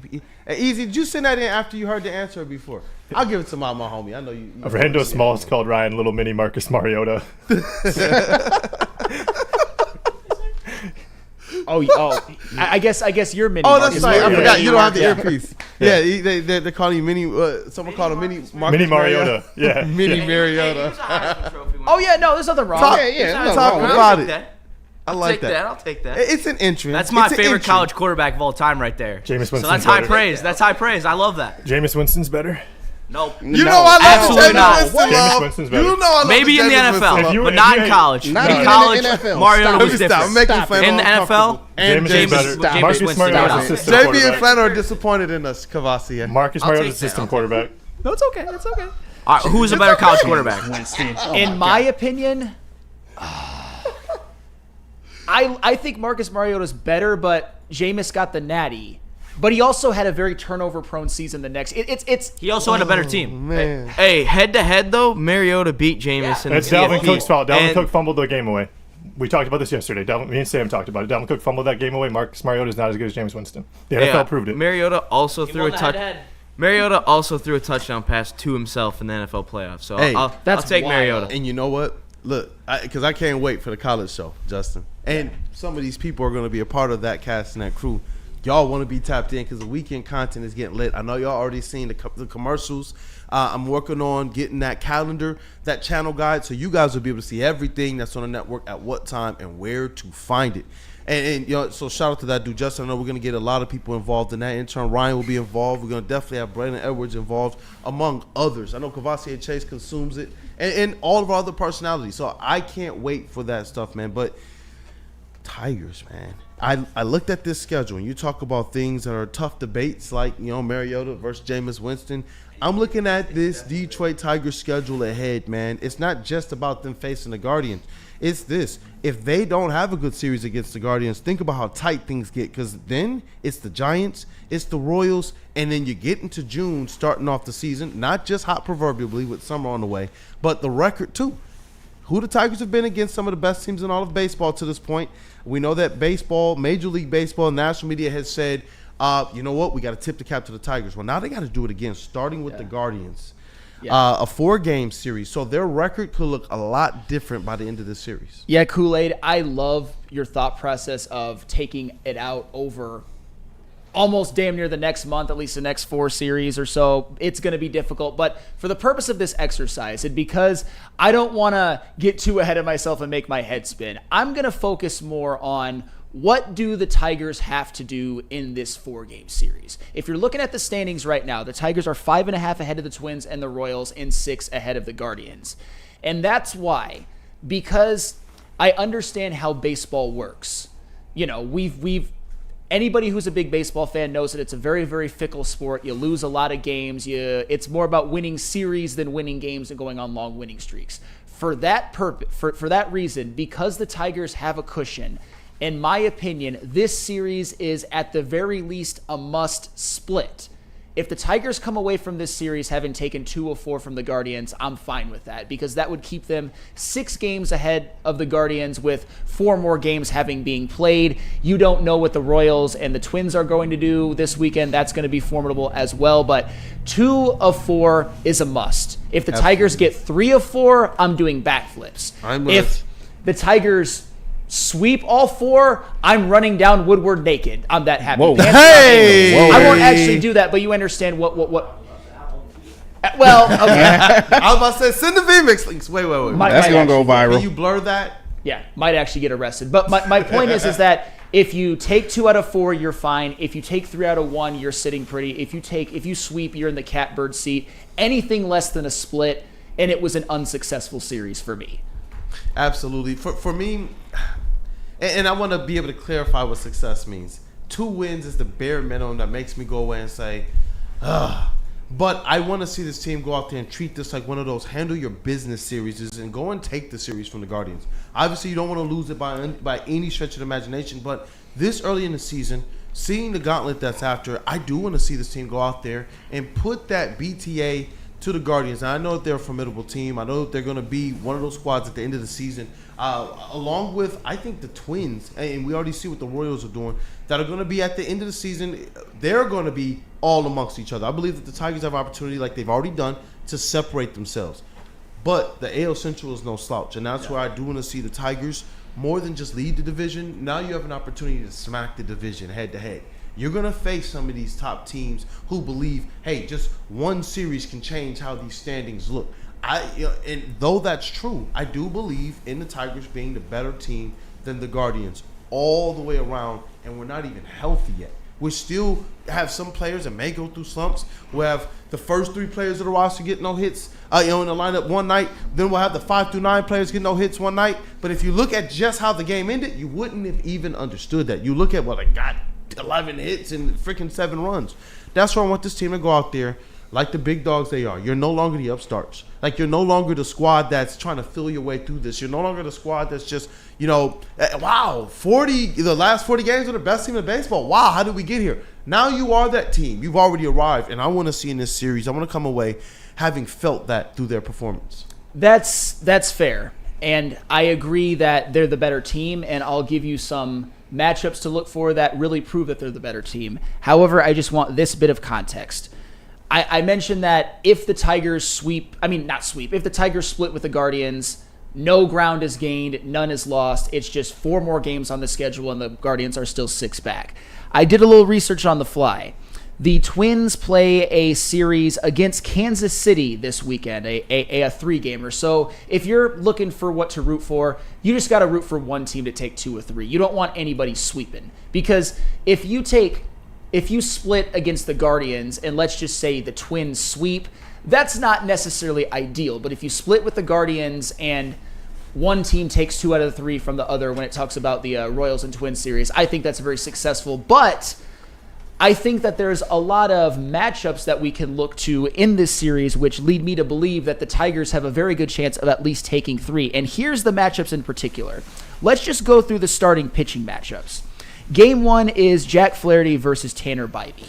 In my opinion, that's a draw. Yeah. Man, you really want to see Flaherty have some get back, some get right. That one to me, though, on paper is a draw. However, Game 2, Jackson Jobe versus Slade Sassoni. Advantage Jobe. 100%. Slade Sassoni is making his 2nd start on the season. He's 0-1, and he has a career ERA of 6.03 and 18 career starts. That's advantage Jobe. Game 3, Casey Mize, welcome back, versus Luis Ortiz. That's advantage Mize. Game 4, Tarek Skubal versus anybody. Advantage Tarek Skubal, but it just happens to be Logan Allen. That's advantage Skubal. That's advantage Tigers. So the Tigers clearly have the starting pitching advantage in 3 out of the 4 games. And in the 4th game, which is game 1, I think it's an absolute draw. That, to me, tells me that you're almost guaranteed, knock on wood, to split. And you might want to get a little greedy. Like I said, 3 out of 4. Get greedy, eat it all. 3 out of 4, you end this series with an 8-game lead over the Guardians, and you probably extend your lead over either the Twins or the Royals. I mean, I'm not saying it's a failure if they don't get 3 out of 4, but when you really look at these pitching matchups, I'll tell you what, they're all at least a draw, and 3 of them are highly favorable. Bro, they could F up the AL Central here. They could. You got the could. Royals just on the other side of the Giants series. And you know what? Tony D says this. The Tigers won a playoff level series. St. Louis was hot. Yes. Burn. Go 3-1. Bury the Guardians. This is the energy that I'm feeling right here, man, because when you're talking about this Tigers team right now, it's no longer a squad who are wondering, are they who we thought they were during that 40-game stretch last year? They are that squad. That's what they've proven. That power stat pulled by intern Ryan. That's what I expect out of this squad. Go out there with that confidence and bludgeon them. I do believe that overall, I like the way you broke it down there with the pitching and game by game. I am so hoping that Flaherty sets the tone tonight in this series. Oh, dude. He has to. This is I think that this might be a must-win. In the grand scheme of the season, I know it's still early. It's almost like you want to see him get a dub. I was actually going to say it's a must-win if you're the Guardians. Ooh. This is the one where you actually don't have the disadvantage, at least in my opinion so far. Do I actually think, though, that Flaherty could prove down the stretch to be a better pitcher than Tanner Bybee? Absolutely. But if the Tigers get game one, I am feeling very, very good. And conversely, if they lose game one and have all of those 3 pitching matchups to look forward to, I'm still feeling pretty good. And I want to get to Justin before we TLB a little bit. And just real quick, as a question that could be open as well, is what does Jack Flaherty need to do to find the success we thought he was going to have this season? I mean, he was good in his last start, so I'm not super worried. I just think trust your stuff, throw strikes, give the Tigers at minimum tonight 5, 6, 2 or 3 earned runs. I'm feeling pretty confident. Me personally, I'm not asking for 7 shutout. I'm just asking for some innings, looking sharp. Like I said, stuff looks good. Throw strikes, keep them in the game. That's more what I'm looking for in this Jack Flaherty start. Down the road, though, I expect some more, 6-inning, 1-run starts. But tonight, just handle your business. If it's working, I'm cool with that. Yep. Hey, what up, though, that dude, Justin? What's a successful series look like to you? I think a successful series, and this might be kind of a soft answer, but at the end of the day, it's May. But I think if they go 2-2, I'm happy. They already have a 6-game lead on the Guardians and 5.5 on the Twins, so they're not in. These aren't must-win games. You already have built that cushion where you could tie this series, keep the momentum how it is, and just move forward and keep winning series down the road. I wouldn't have an issue with that. But I do expect them to win the series, and I do expect Jack Flaherty to have another bounce-back outing. I think that now that we're into the season and AJ Hinch is seeing his tendencies, he's starting to know when the best time to pull Flaherty is, because once you hit that 5th inning with Flaherty, there you can tell his stuff starts lacking a little bit. He starts getting touched up a little more, and I think that AJ Hinch is seeing that, and so I would expect him to be more aggressive in taking him out and putting him in a position to succeed and letting his bullpen take over, especially when he has Canely and Vest, who are arrested and are going to be able to hold down the end of the game. So I think he's going to be more comfortable with bullpen pitching chaos coming after Flaherty to get them to Canely and Vest at the end of the game to put them in the best position possible to win. Yeah, so basically, give Flaherty a short hook maybe the 3rd time through the lineup, or maybe even after the 2nd time through the lineup, because Canely and Vest are rested. That's a great point by you, and that also is a testament to what the Tigers were able to do, win that game with pitching chaos, but not use your 2 best bullpen pitchers. And here's a power stat by Byrne, $5 super chat. He says Flaherty has a career ERA of 1.96 against the Guardians. And you know what it is? The last 2 starts against them, goose egg. Beautiful. You know what? 9 shutout innings, Flaherty. I'm obviously kidding, but that is a great stat by you, Urban Ash. Just to go through a couple more things about the Guardians. We all know that Steven Kwan and Jose Ramirez are very formidable. We're all too familiar. Man, I think Steven Kwan just got another ALDS hit just here right now. I'm obviously kidding, but very, very formidable. Kyle Manzardo's supplying the power for them, but he does have a low average and on-base percentage. Their maybe surprise guy has been a Daniel Schneemann. He's had himself a good year, 832 OPS and 102 at-bats. The bullpen, Hunter Gaddis is damn good. Cade Smith is damn good. We know about that. Quiet as kept, though, Emmanuel Clase, he started the season terrible. Just a morbid start to the year. However, in the month of May, 0.00 ERA. We can always have it over Clase that we as Tiger fans watched our Tigers really touch him up at times, particularly that home run by a Kerry Carpenter. But in the regular season, we know how formidable Emmanuel Clase is. So it would behoove the Tigers to not get down too often in the 8th inning or later, because Clase, he's the real deal, at least when it comes to the regular season. Yeah, and I wanted to ask, when you look at this, the Guardians lineup from a hitting perspective, is there anything of concern from there for you, or do you believe this is going to be business as usual for our pitchers and our bullpen? I don't think they have the depth of the Tigers lineup, at least right now in terms of how they're playing. Like I said, I look at obviously Quan and Ramirez, they're formidable and they're having great years. You'll probably see them on the All-Star team as well. Like I said, Daniel Schneemann, good. Kyle Manzardo at least is given a lot of power. But other than that, there's not a ton that really scares me. You've got some guys who are underperforming and some guys who are really putting up numbers that you could argue they should send them to the minors based off of the numbers that they're putting up. To me, they're more top-heavy, and that's one of the reasons why they're a good team. They're over 500. They're probably going to be fighting for a wild card spot, but they are a very far way behind the Tigers, specifically 6 games. Yeah, and Justin, I want to be able to get your perspective on that as well. Obviously, I know we focus a lot on the pitching. We talked a little bit about the hitting, but anything that worries you or concerns you about this? Because in the chat, I'm seeing people who believe our pitching is going to have an opportunity to really get off against the Guardians, especially, say, Jackson Jobe owns the Guardians.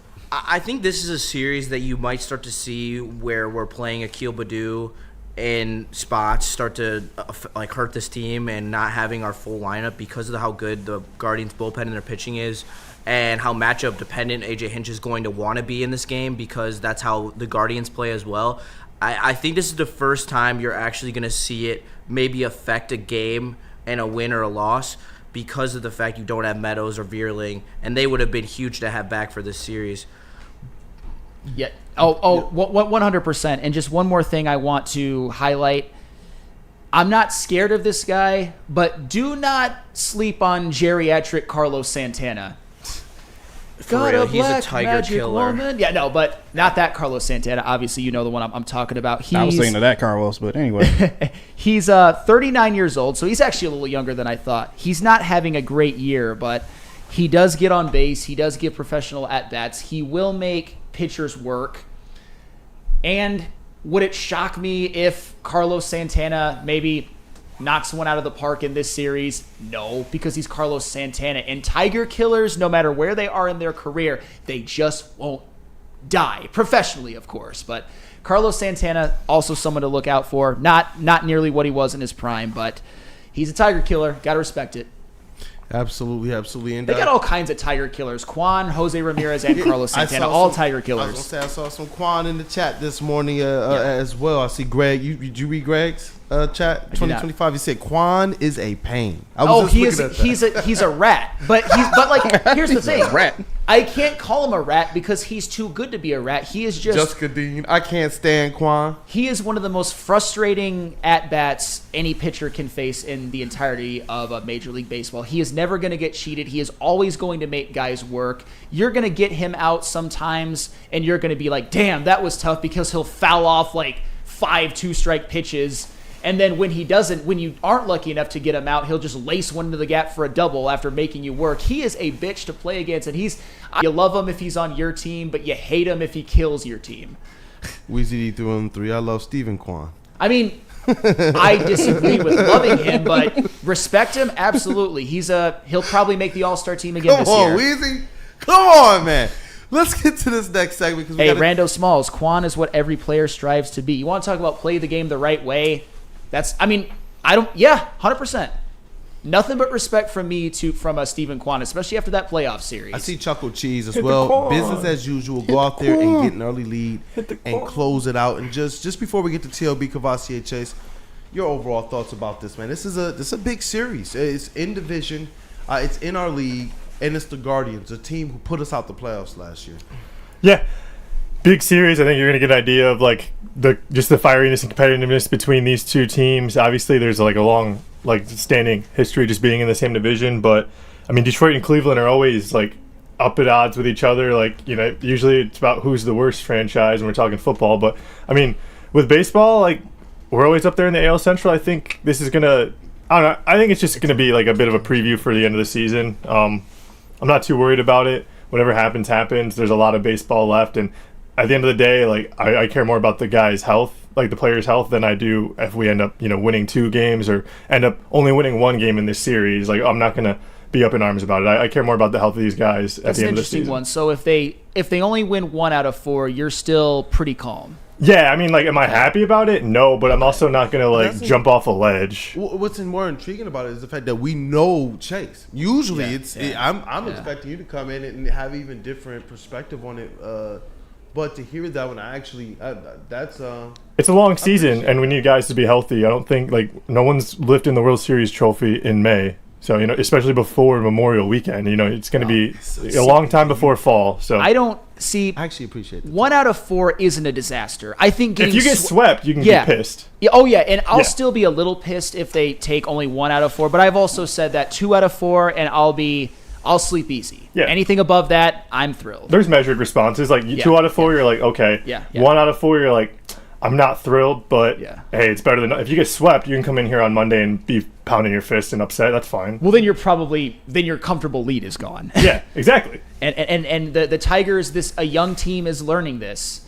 They got themselves off to a really good cushion. They got to hang on. If we're able to get Vierling or Meadows back in this series too, I think even if we end up only getting 1 or 2 games, having some guys come back and be a part of this lineup moving forward every day, I think is going to be big. They're all playing in the minors, getting their legs under them. Toledo Hopefully and Cleveland aren't too far from each other. Yep. That would be great, because I think with ebbs and flows and injuries, knock on wood, you may have felt like you didn't need Meadows and Vierling as much as you may have thought you would, but you're going to need them. If the Tigers win the World Series this year, Matt Vierling and Parker Meadows will have a lot to say about it. Hey, let's get into that TLB. Yes. I know that the people love it. You want to tell the people what TLB is? Talk Lions, bitch! And when we come back, Issac TeSlaa was on the St. Brown podcast, and it was a great episode, and Woodward Sports put out some of the clips. I grabbed some from the St. Brown podcast's social media page, and we're just going to listen to them as a crew and with you guys as well, and we're just going to react to a lot of what we hear, because I'll tell you what, that's a really nice, like TeSlaa being on his future wide receiver mates podcast, and I'll tell you what too, Amon-Ra, St. Brown, and Equanimous are really, really damn good at what they do. They get people talking, they ask the right questions. Cannot wait to break this down with all of you. I can't wait, because TeSlaa is somebody that I do believe is going to, I don't know how much he's going to surprise people. I've seen the comments on both sides of the fence. Some people believe he's going to hit the ground running and take the league by surprise, like some of these other special wide receivers we've seen. Then I've seen others who believe he's not even going to pass up Tim Patrick. So it's going to be interesting to see. It is going to be interesting. Stay connected with Woodward Sports on all social platforms. Follow us on Facebook, X, Instagram, along with YouTube, Twitch, and TikTok for all the latest sports news, live updates, and behind-the-scene actions. Also, you don't want to miss out when we start posting the giveaways, the channel guides, and all the different events that we're going to be at, as well as the content that we feature you in, like the White Claw Tigers tour. We want you out at those events as well, and that all gets posted to our socials. So hit that follow button now and be part of Detroit's #1 digital sports network at Woodward Sports everywhere. You know how some things are so good they should be world famous, but they're not? Our house-made vinaigrette is one of those things.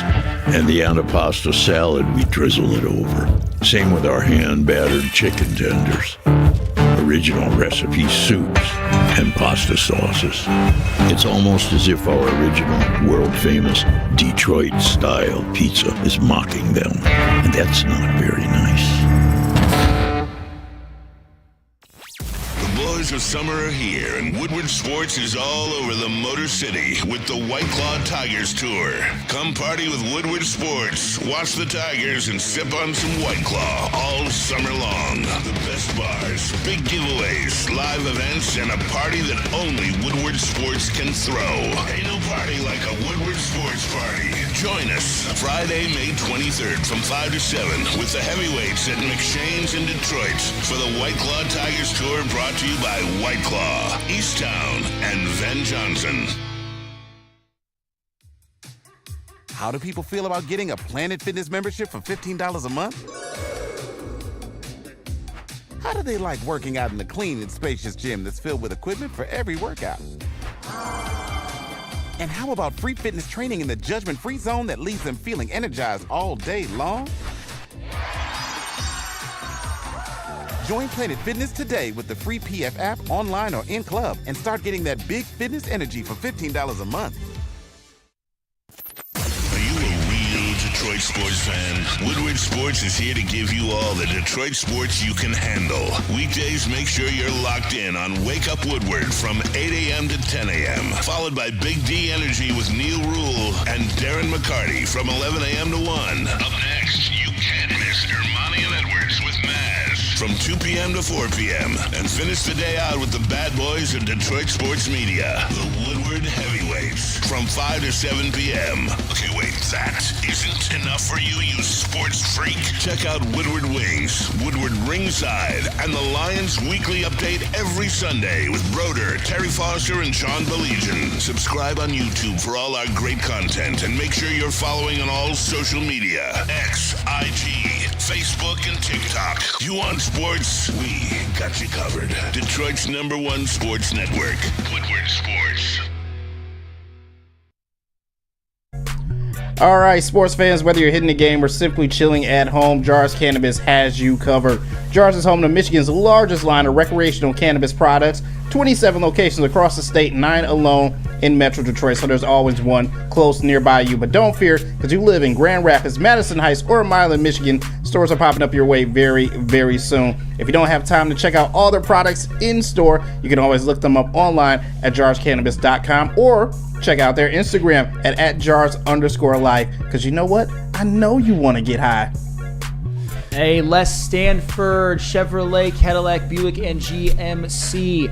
They've got locations in Dearborn and Ferndale. They've got all kinds of good deals like the 2025 Sierra leased for $169 a month, the 2025 Hummer EV SUV $699 a month, or the 2025 Envision leased for $259 a month. If you need a new car, if you want to get a good deal, if you want the friendliest service that Spencer Raxter will attest to, go into Les Stanford and get yourself a new vehicle today. What up, though, people? It is Wake Up Woodward, and it's time to TLB. I'm excited about this one because it's a player that just burst onto the scene for all Lions fans. I didn't see any Detroit Lions fans talking about this player beforehand, but now he's one of the favorites out of this draft, and especially the phone call with Ms. Ford, the phone call, and the interview that he just did with the St. Brown's. Yes, and this first clip, it comes courtesy of the St. Brown podcast, their X page. This is the one getting drafted, probably the coolest night of my life, I'd say. JB's going to play it, we're all going to listen, and we're going to react to it to start off, and we're going to react to more as the segment goes on. So go ahead, JB, if you would, please. Yep. We got the one and only third-round pick of the Detroit Lions, Issac TeSlaa. He actually just corrected me. I was saying it wrong the whole time. But we got him here. I know you Lions fans want to hear him talk. So we thought, the best person to have, the first person to have on, because we haven't been on in a while, is none other but Issac. So Issac, welcome. How you been? How was the draft? I mean, how was, getting drafted, rookie premiere? Tell me about it. I mean, that's a long process right there. I mean, getting drafted, probably the coolest night of my life, I'd say. Getting that call. Getting drafted to the team I've been watching since I was a kid. Right. I've been rooting on for however long. That's great. I mean, surreal feeling, and then obviously to get in the facility, go through mini camp. Now we're starting to do things with y'all, the vets, man. It's exciting stuff. Man, I love how enthusiastic he is to be a Detroit Lion and to be here, man. Obviously, we know what the connection is, and he talked about, maybe it's a clip that's going to be in there, so I'll save that comment, because he talked about some other things that were pretty cool about his first visit to Allen Park and such. But I just, my first impressions, I love how enthusiastic he is to be here. It seems like all the sports teams are starting to really change what that narrative is. I've always known the Red Wings, that whatever narrative people don't want to come to Detroit, that never applied to them. But now you're hearing people outside this organization, people inside this organization, people who have just gotten here, people who have just gotten drafted here, rookies who want to come here using the code words and all that.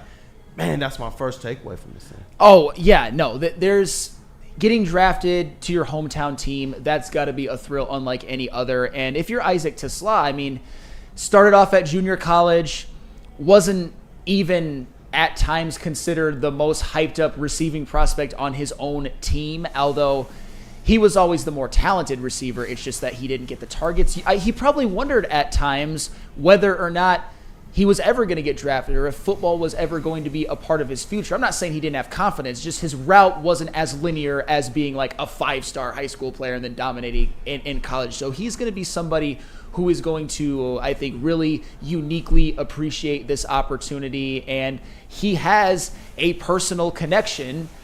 And I get it. When you get drafted to a team, you get that personal connection. But the fact that Issac TeSlaa, imagine if in his rookie season, he contributes in some way to the Lions' first Super Bowl victory ever. You can't write fairy tales better than this. And he'll join the likes of someone like Aiden Hutchinson, who would also help lift up his hometown team. So, yeah, it's got to be a thrill of a lifetime. Happy for him. Very few people get an experience like that in their lives.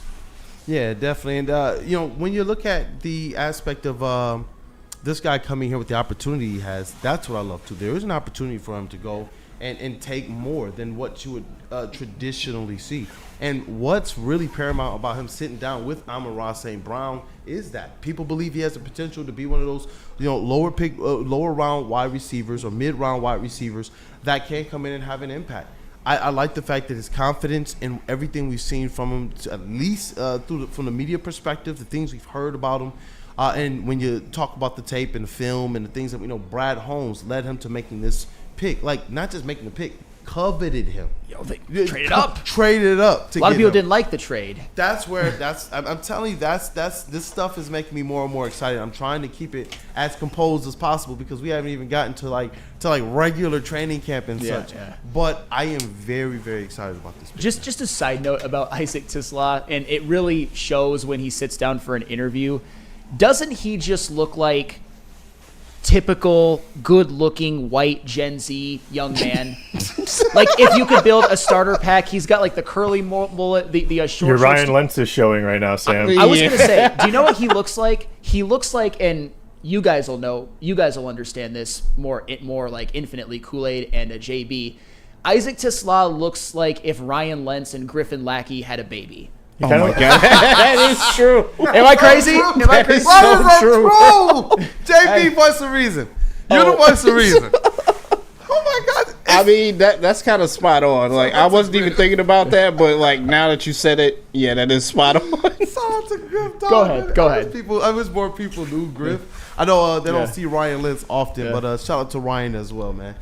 What up, dog? Oh, and here's another Ryan. What up, intern Ryan? Yesterday, I remember on Big D Energy Show, they had top 5 best-looking guys of all time. Yeah. Does Issac TeSlaa make that list now? I mean, the top 5 humans is what the list was. No, Ryan Lentz is hottest guys. Lentz did it. Lentz did his own list. Yeah. He had the hottest guys. Issac TeSlaa was just off. He loves Issac TeSlaa. Yeah, Ryan Lentz. So I was just wondering if TeSlaa was going to end up making that list. Ryan Lentz has a type.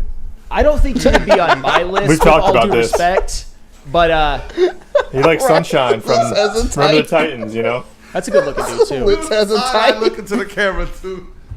This is crazy, dog. Hey, but I think Issac TeSlaa will be on some people's list. I mean, he's a very nice-looking young man. God, I sound old, but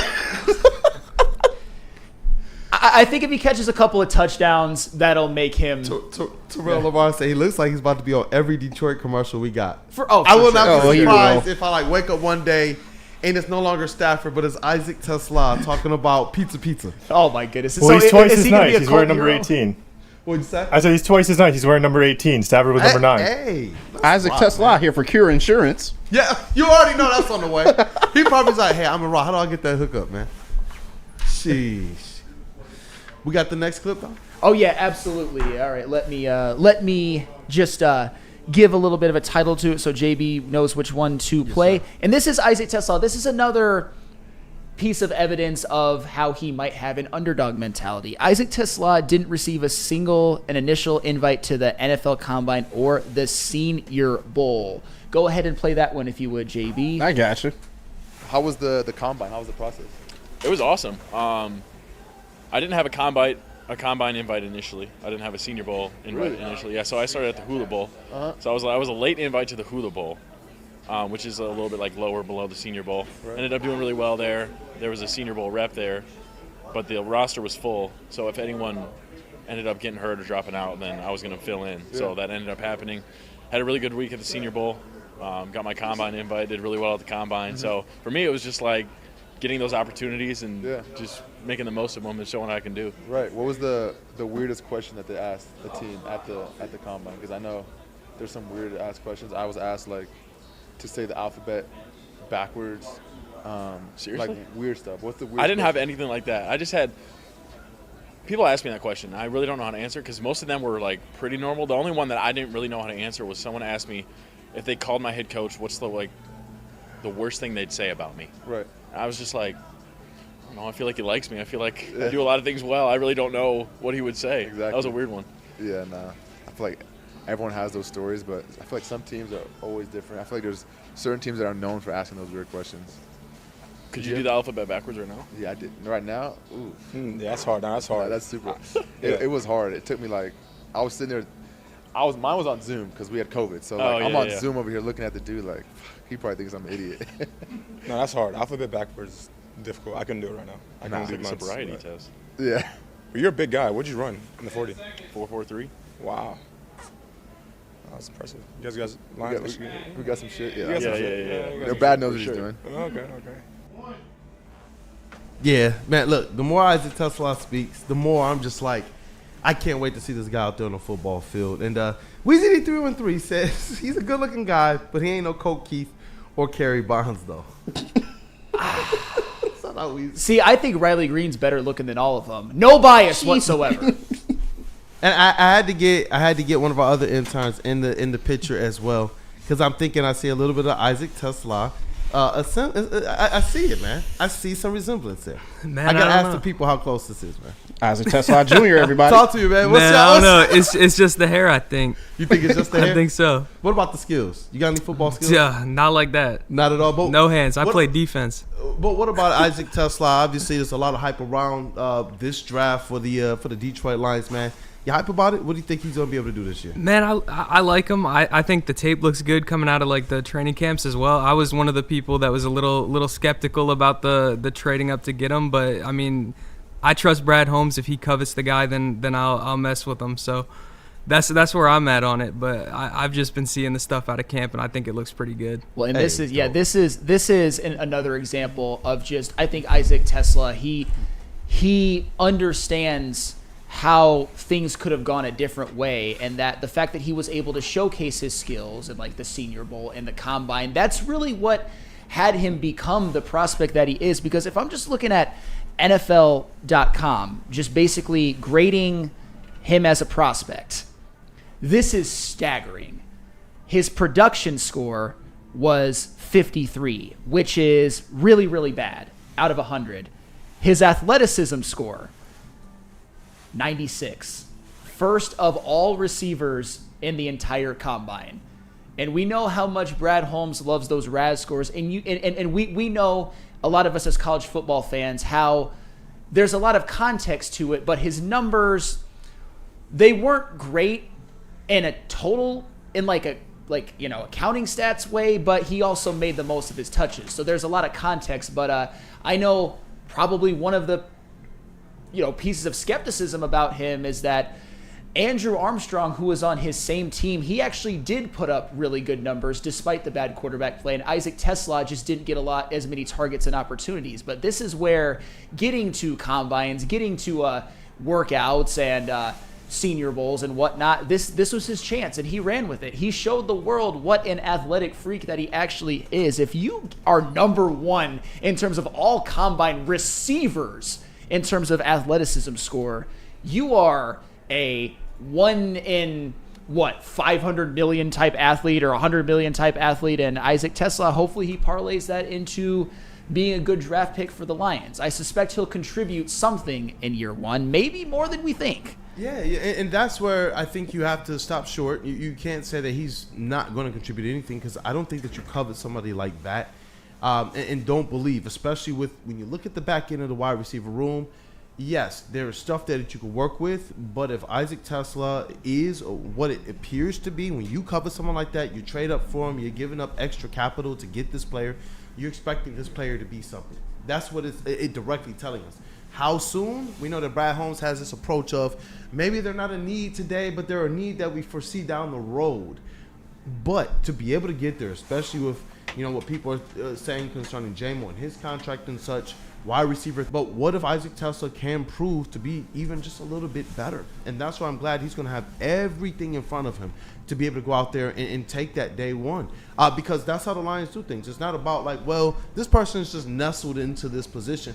Nah, he has everything in him to go out there and work. And that's why I'm glad that at the very least, most people believe, even at the bare minimum, he's going to still be somebody serviceable. I've seen people believe he's going to be one of those 300 to 400 yard receivers this season. And that's where Issac TeSlaa, as a prospect on this Detroit Lions team, is just so fascinating because at least as a rookie, there's so many ways in which it can go. And I've mentioned this before, but Tim Patrick, we love what he did last year. The previous 2 years, he had an ACL and an Achilles. So by that, he's probably never going to be what he was at his peak athleticism. He's still going to be damn good, and I don't think that Issac TeSlaa just comes in and takes wide receiver 3 away from him, but Tim Patrick's only here for one more year under contract. It's a cheap contract. You worry about him with injury. If an opportunity presents itself for Issac TeSlaa, maybe he contributes more than we think. That's what Ed O'Neill's asking. That was perfect, actually. He's asking, who does he take the targets from? He might not. The opportunities present. And that's where he might not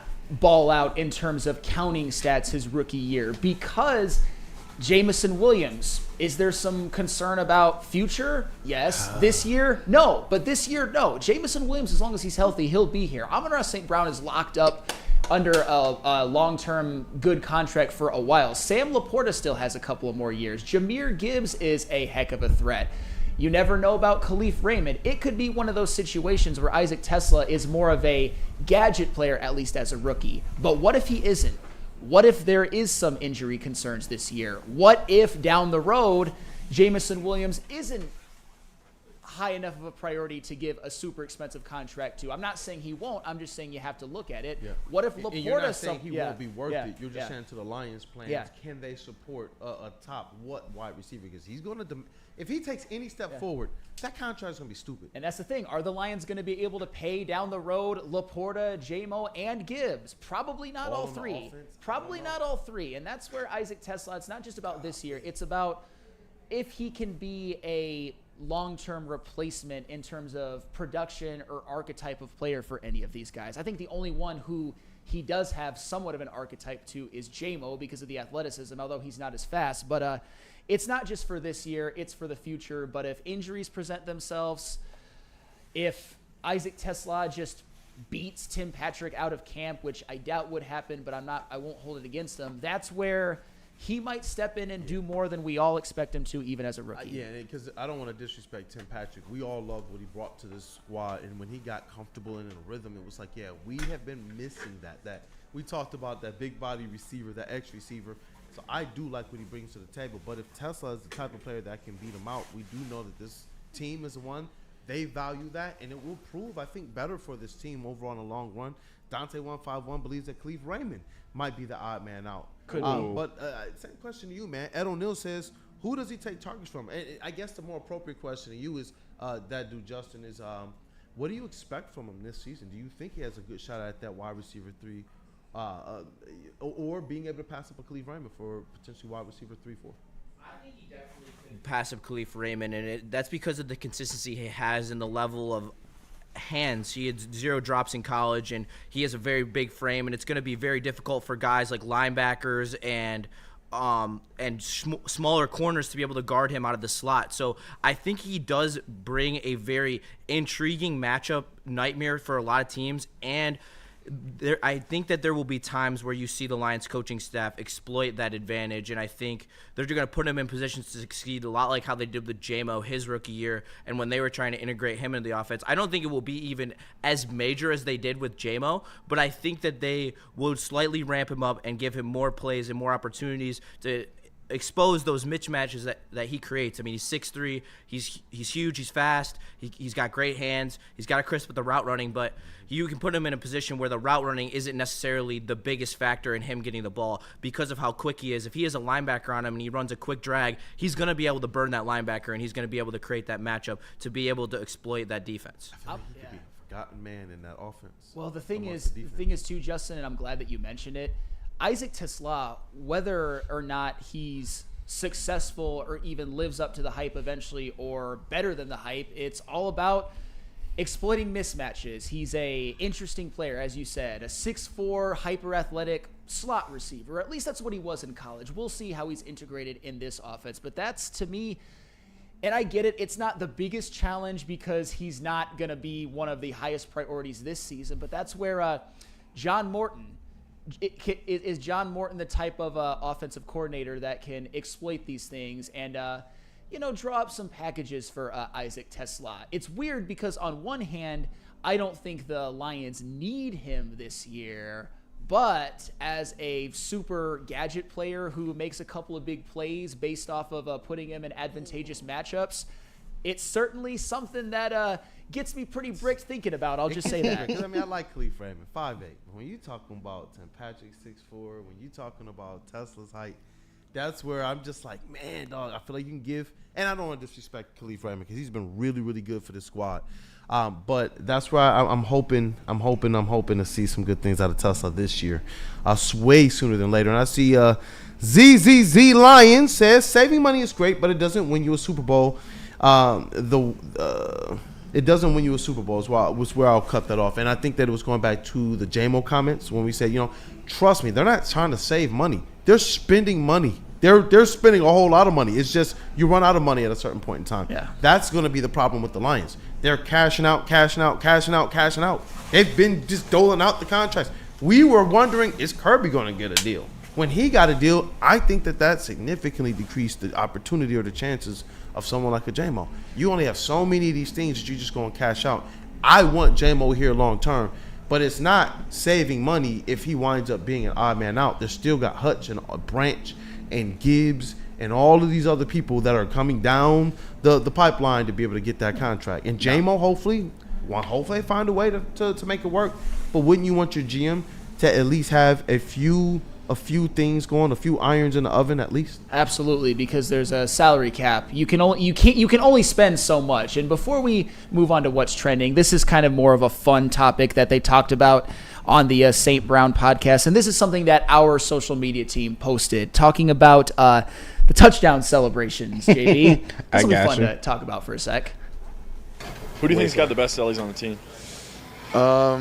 Besides me, I would say... No, not besides you. Besides me, I would say Jameer, because me and Jameer are the ones talking for the most part. Yeah. It's like me and him. During the week, we're texting each other TikToks and shit.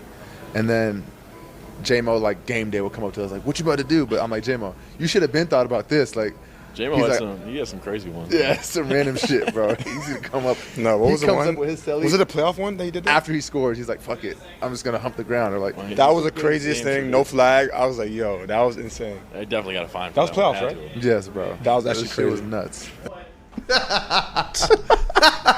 Yeah, look, bro, as painfully as the season ended, a new season allows you to be able to at least look back just a little bit at some of those funny moments last year. And I forgot all about that one. Oh, yeah. Humping the ground. And I like this, and I'm not like the biggest fan of theatrics and celebrations, although I don't mind them. It doesn't move the needle that much for me. But when I look at this conversation, I mean, they're all talking together. Like Amon-Ra and Issac TeSlaa are a part of that conversation together. So coming up next year, I'm kind of curious to see what TeSlaa's touchdown celebrations would be. And actually, to piggyback off of that, this is a little bit more of a serious question, although it has a bit of a fun angle to it. Over under, everyone in this room can answer. Touchdowns for Issac TeSlaa next season. This isn't the over under. This is mine. 4.5. Oh. That's 4.5 touchdowns for TeSlaa. Oh man, even I want to say yes. I want to, but I can see it being a situation where it's. I can see him getting like 3 or 4, but if he actually reaches a level, I don't know, man. I can see it being like 3 or 4. Okay. I might have to say under just because I could see it being 4 touchdowns. I don't hate that. Go ahead, Chase. What was the number for over under? 4.5 touchdowns for Issac TeSlaa this year. My over under, not Vegas's. I'll say under. I think he'll only get 4. Okay, so. JB? I got to shoot with the under on this one as well, too. As much as I like the guy, I just don't think that it's going to be there a lot. But, however, I will put a jersey bet on this. I do think by the end of the regular season, he will be wide receiver 3. Okay, then you'll get a TeSlaa jersey. Yeah. I'm Dingler. And And that's just receiving touchdowns. If he plays any special teams and has an opportunity to run one back, does that count? Yes, it does. I should have been more specific. And if anyone wants to change their answer, because nah. All right, yeah. Well, coolest thing about I'll rip my Go answer. ahead. I think that it's an under. I just don't see with how many mouths we have to feed. Like, you're gonna have a healthier Laporta this year. You're gonna have J-Mo coming into his own even more than he was last year. People already are projecting J-Mo to have this heavy increase in targets to take away from St. Brown. I just don't see more receivers being able to take into those yards like J-Mo will and like Laporta will. The one thing that I will say is this. The type of quarterback and the style of play that Jared Goff has, and I'm so glad they highlighted it last year when the offense was kind of sputtering, it's that timing, that stuff that they open up across the middle.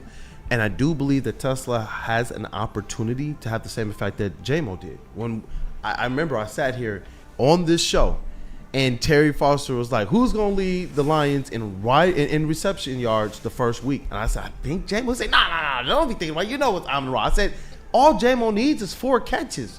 And that boy can have like 120 million yards. But that's what he does. And I do believe that TeSlaa, if he gets a few opportunities, what are they going? What the defense is keying in on him, or are they keying in on all those other players? So if he takes advantage of his few opportunities, I actually think he is one of those guys that has the opportunity to sneak up and have a few of those touchdowns, similar like we saw Tim Patrick do.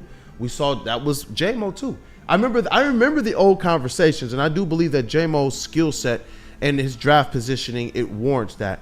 But I remember the old conversations of how effective is he really, and our brother Jeff used to talk about.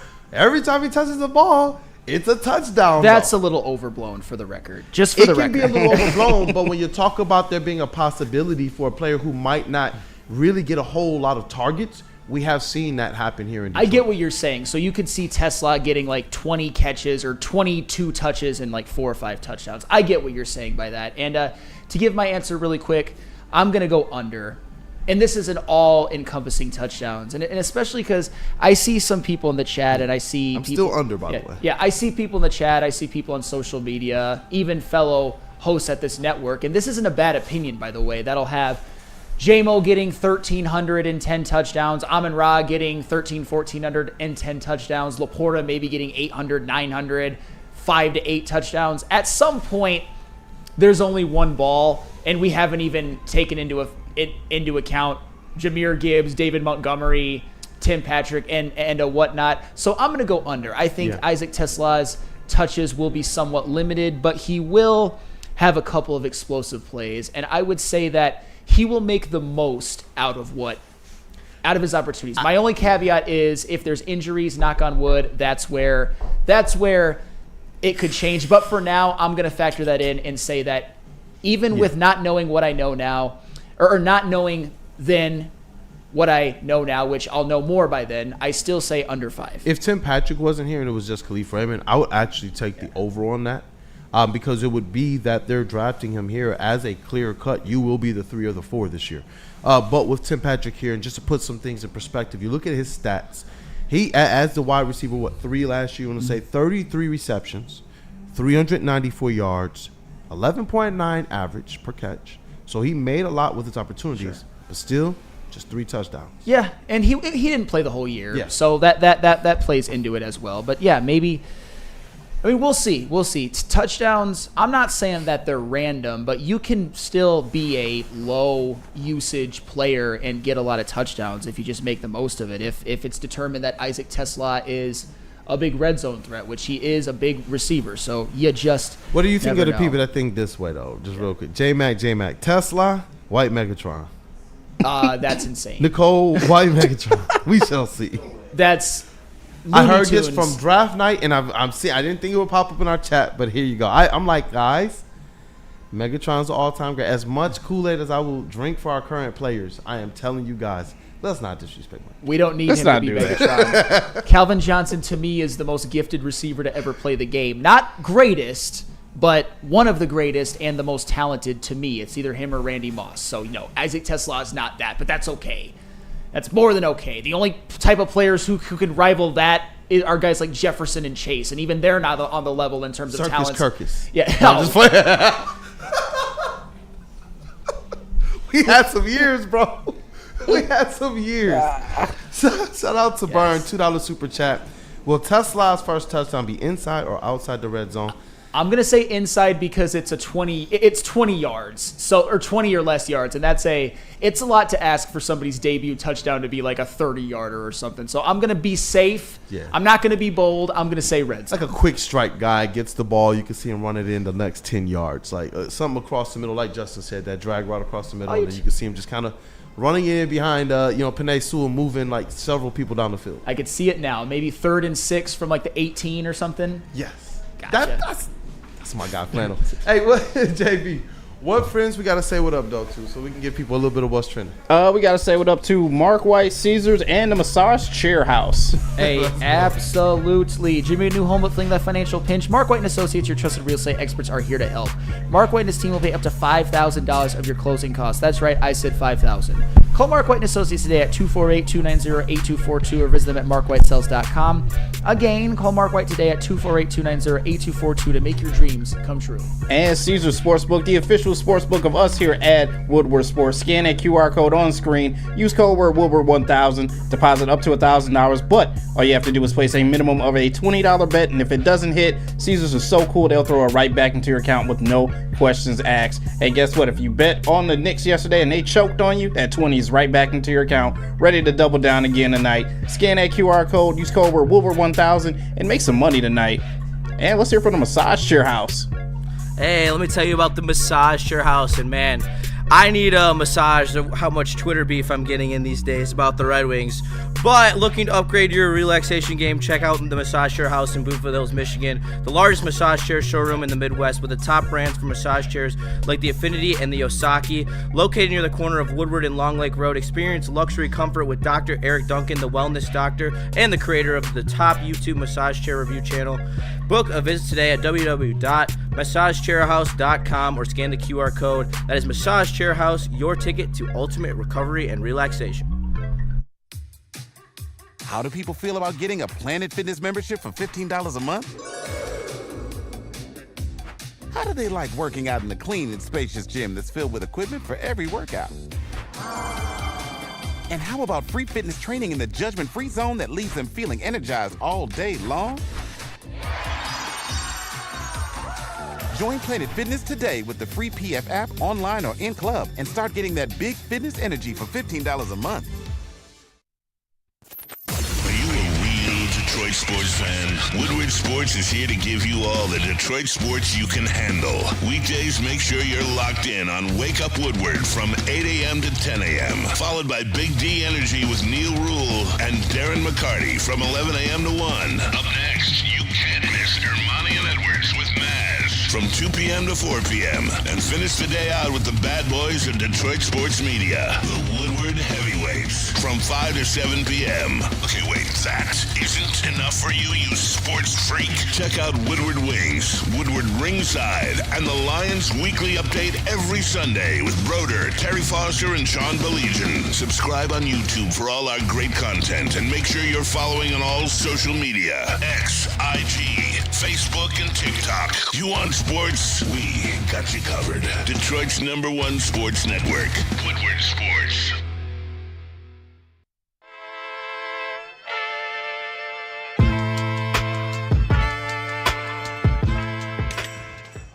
Hey, Tony, what's up, bro? Same circus, different clowns. For sure. You want the usual, the big zip? You know me too well. I threw a little something extra in there for your ma. Oh, Hope man. she's doing all right. Ay, guy, sei un santo. You're a saint. All right, buddy, we'll see you next time, okay? Grazie. Calling all Tigers fans, join us. Definitely join us for the White Claw Tigers Watch Party Tour. Woodward Sports will be hitting 4 of the top bars in Detroit to watch a Tigers game live on the network, and we want you guys there. Join the Woodward Heavyweights as we hit McShane's Irish Pub, Nemo's Bar, Second Best, and Old Miami. Be part of the fun and see our reactions live on Woodward Sports Network to one of the hottest teams in baseball. Join Spencer and Easy on Friday. That's tomorrow, March 23rd, for our first watch party at McShane's Irish Pub in Corktown. It's the White Claw Watch Party brought to you by East Town Distributors and Vin Johnson Law. I actually can't wait. I'm going to stop in for a little bit just before Sabbath hours and say what up to the people. So be there, you guys. And we are back. It is Wake Up Woodward, and Braylon just sent a list to the group chat. I know he's gonna put out a short about this, the 10 most miserable sports cities. We're gonna have to get in that tomorrow because I got a huge bone to pick with it, and I know Cavassier Chase GPT also has some feeling about it, but we'll save it, man. We will save it. Let's spark up, man. A word to Loom, Jars, Mad Packs, and hopefully there's more on the way. Hopefully. And now it's time for the most electrifying segment on the internet. Bum, bum, bum. It's What's Trending with JB. Live on Wake Up Woodward. The incomparable, the awesome, our MVP, JB Smooth. Let's rock. Hey, what's going on, chat family? What's going on, fellas? I'll hop into these because I know we're running a little short on time right now. But Kool-Aid, the summer is almost here, even though it doesn't look like it outside. But get ready for those get ready for those vacations. And I've got a deal for you right now for the low price. You could take your family to Disney World on a 3-day park hopping bundle vacation. Talk to me. For $450. That's not bad. That's not bad. How many people? It does not say, actually. So this is basically a bundle to get you inside the park, to skip ahead of all the lines and whatnot. It also gives you like $30 of free Disney dining credit as well, too. Oh, seriously? So I'm getting the food, too? So I can get 2 chicken fingers and fries there, too? Yeah, probably just 2. Just the 2, but... It's only going to be 2. We'll piecemeal that up with my kids. Each y'all get 3 French fries. You can borrow a French fry. And you can have a chicken tender. Maybe a pizza. How do you borrow a French fry? You have a very different perspective, Kool-Aid. You gonna give it back? You gonna borrow a chicken? Yeah. I picked it up. I know what you put down. Hey, but you've got kids. Oh yeah. I don't yet. That's why I paused for that. I was counting the cost. I was like, oh man, this is amazing. Like it's a great deal, but I also and this is where me and my wife disagree a little bit. Although she's normal, she's not crazy about it. But like the grown adults who are just obsessed with Disney, that's a little weird. They're sad. I agree with that. Yeah. And don't get me wrong, my wife loves Disney, and she did a program back in college where she actually worked there for 8 months. But she's a very normal, well-adjusted human. She's not one of those people that makes loving Disney part of their identity at age 35. Yeah, look, and that was the thing. I remember we went when Kid Kool-Aid was born, and I told my wife, I had my family, we used to come here a lot when we were younger. We vacation out in Florida and such, timeshares, man. My pops was into some stuff. And I told her, I was like, it's just Disney World. I would rather go to this place or that place, or like the little strip in Orlando where the Dave & Buster's is, and the Ferris wheel, I forget the name of it, the little train, all that stuff. It's a beautiful area. I actually enjoy my time there sometimes more than the hustle and bustle of the Disney. And so I told her, we got these other kids. We're going to have to wait till that youngest one can remember going there, and we will take them all together. And then let it be. Because even my son, he's like, I like Disney, but there's other things I want to do in Orlando. And I can promise you that if I'm ever blessed enough to have a child, that'll change things. I wouldn't mind taking a family to Disney, but just to go on a trip with just my wife or just myself. It's a good deal, but I don't want to be that person going to Disney as a almost mid-30s man. It's cool though every now and then. The vibes are dope. I will tell you that, man. But to be one of those people that's I gotta go to Disney. Freddie Felt 313. I love Disney at age 41. Adults who hate on Disney hate their life. But Freddie Felt, man, I know you. I've met you several times. You're eccentric in a good way, and that's one of the reasons I like you, but you're a well-adjusted human who has a ton of other interests, like sports, for example, and some music, and I know you like movies as well. You're not just all Disney all the time. You're not what I'm talking about. You're talking about the rope droppers, right, Sam? The people who are there at before 8 a.m. when they drop the rope and they're ridiculous. Just running in. Those are some sad folks. Freddie Fell he not tricking me. We all know he's at the wonderful world of ESPN down there. Even though it's Disney, does that really count, Freddie? Does it count, Freddie? Does it count? I see you, man. Does it really count? I got to ask the ball Norris out here, is this a clean hit? And just know that CTE is real, everybody. Oh, no. Oh. Clean hit. Yeah. Yeah. Yeah.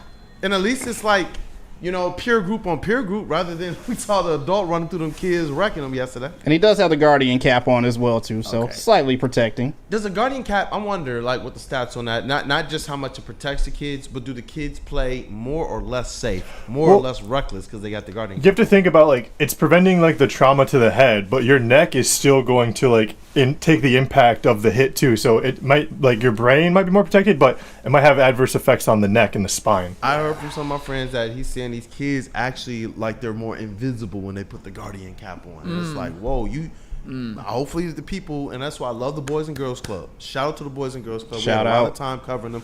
They teach how to play the game the right way, the types of hits you're going to take, how you should this, that, and the other. I love that aspect of it, and they teach them as well how to be good young men for society. Yep. Nope. Shout out to them. And JB, if you're talking about ball knowers, you're talking to yourself as well, my friend. Oh, I appreciate that. All ball knowers. Yeah, I Jeffrey appreciate Hughes, that. thank you. He said, Kool-Aid, you're right. You're talking about International Drive. That's honestly the only place you need to go in Orlando. You feel me? International Drive is epic, dog. It's epic. Hey, Skydog722. Sam would go backstage at an Oasis concert because they would think he's in the band. I actually think I love that. Wait, is this real? I know we got to shut down. There's a plane crash right now? Are you serious? Wait, what? The chat is saying, I saw top of the gable, A for one plane crash in California. 15 homes are on fire. Whoa. Oh, wow. Sheesh. We'll have to confirm that. Yeah, we'll have to confirm that. But I'll end what's trending with this because we do have some youth in the house tonight, right now, or in this morning, in Chase, Justin, and our interns, Ryan and Noah. So I got to get your opinion on these videos that are coming out right now because it's prom season and it is graduation season as well, too. What is this trend with these kids flaunting this money right now?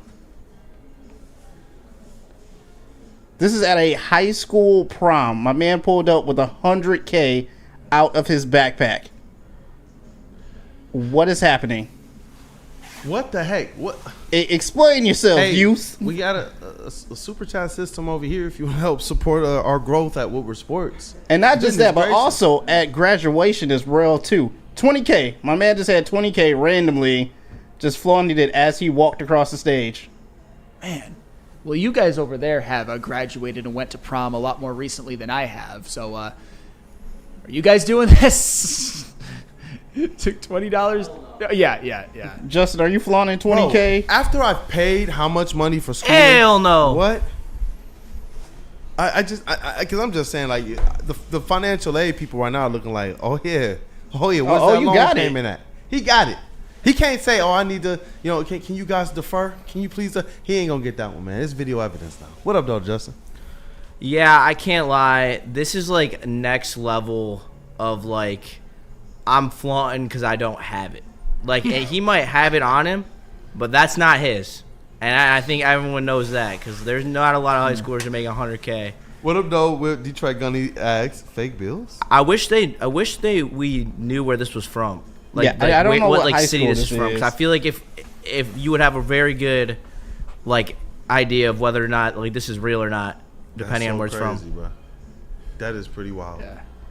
Did you see this our youth. I'm about to send JB the clip, but for what's trending for maybe tomorrow or something. But there was a guy who got off for attempted murder, and as soon as he heard the plea or the verdict, he like immediately put he was not guilty. Put two middle fingers up towards the security camera in the courtroom, and it's going viral on social media right now. It's pretty crazy. Ooh, jeez, that's bad. But I guess there's no double jeopardy. But at the end of the day, pending new evidence, yeah, you can't run it back on the same trial. But Yeah. I think if you go around saying like I got away with it, I killed this guy, they might have something to go back. Yeah, don't do that. Don't do that. But that's it for what's trending, you guys.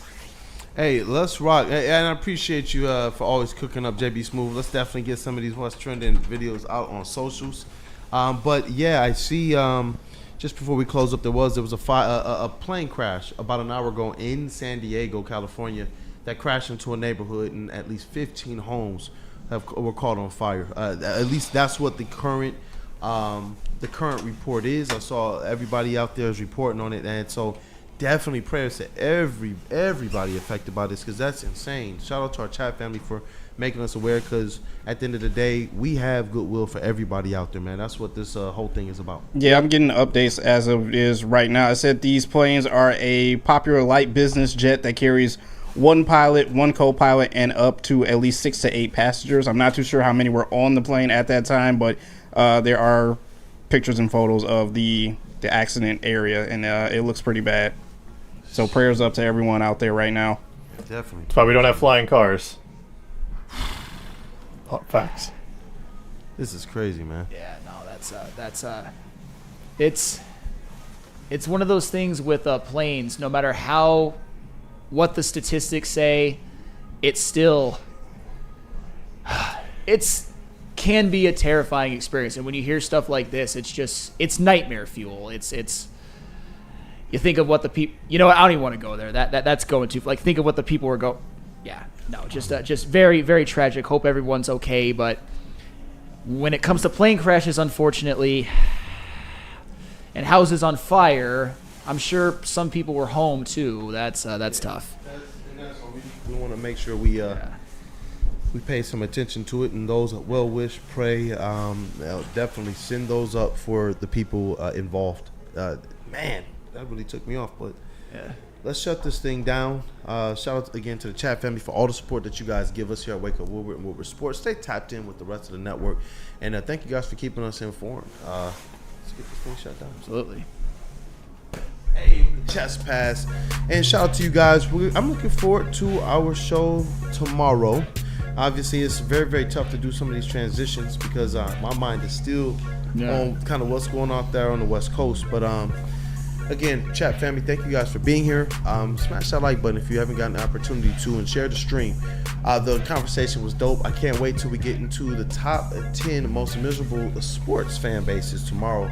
I can't wait for that one. But over here in the sound booth, we got Cavassier Chase. Thanks for holding it down and crushing here at the network as always, bro. You do multiple things, and that's what this network thrives on. Yeah, over here trying to get the clips done while doing the audio booth and stuff. So just rocking and rolling. Hope you guys are having a good one. Looking forward to tomorrow and the weekend ahead. So, like I said, tap in. I know JB shouted out yesterday. We had D-Mac on Fast and Loose this week. And then I know Sam talked about yesterday. He came on, been doing other little stuff. So, if you want to come hear about Sam's trip to Ireland and stuff like that, you can tap onto my own YouTube page. Go check out JB's stuff too, the No Chill Podcast. I want to shout out my guy JB because he's an awesome dude. So, hope you guys have a good one. Stay tapped in for Big D, Armani and Edwards, heavyweights, and we'll catch you guys on Friday. Hey, let's rock. Hey, over to the TV boothers, Woodward Sports MVP, JB Smooth. What up, though, brother? Hey, what's going on, chat family? Another great show for us today. Shout out to my man Chase. As you already know, Fast and Loose, another episode out right now. D-Mac, special guest host. And as he said before, if you're looking for some more JB, check out the No Chill Podcast. It's out right now on my channel. There will be another Woodward Ringside episode coming out probably tomorrow. I got to just fine-tune everything. But yeah, definitely be looking out on the way for that as well too. And hey, let's have another great show tomorrow. Hey, let's have another great show. Dante, I see you. When the WUW Crew Fantasy Football comes back, can there be a live stream for the draft?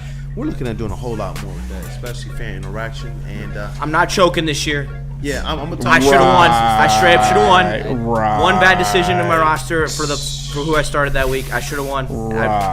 I'm still salty about it. I'm coming back. Some bucks for candy and nuts every day would be that dude Justin, intern Noah, and intern Ryan. What up though, that dude Justin? Hey, shout out to these guys coming in, putting in work. They are the future, and they're gonna continue to work hard, and I love to see it. So love seeing people get opportunities here like I did. So shout out to these two. They're killing the game. Before we break it down and go to these two, Justin, you're doing the classic, heads or tails. Heads I win, tails you lose. Basically, like having it both ways. Oh, I choked, but I should have won. Come on, man. It was your decision, your failings. Own it. I do own it, and I said I'm coming back with a vengeance. I said I made the mistake. No one else sets the lineup but me.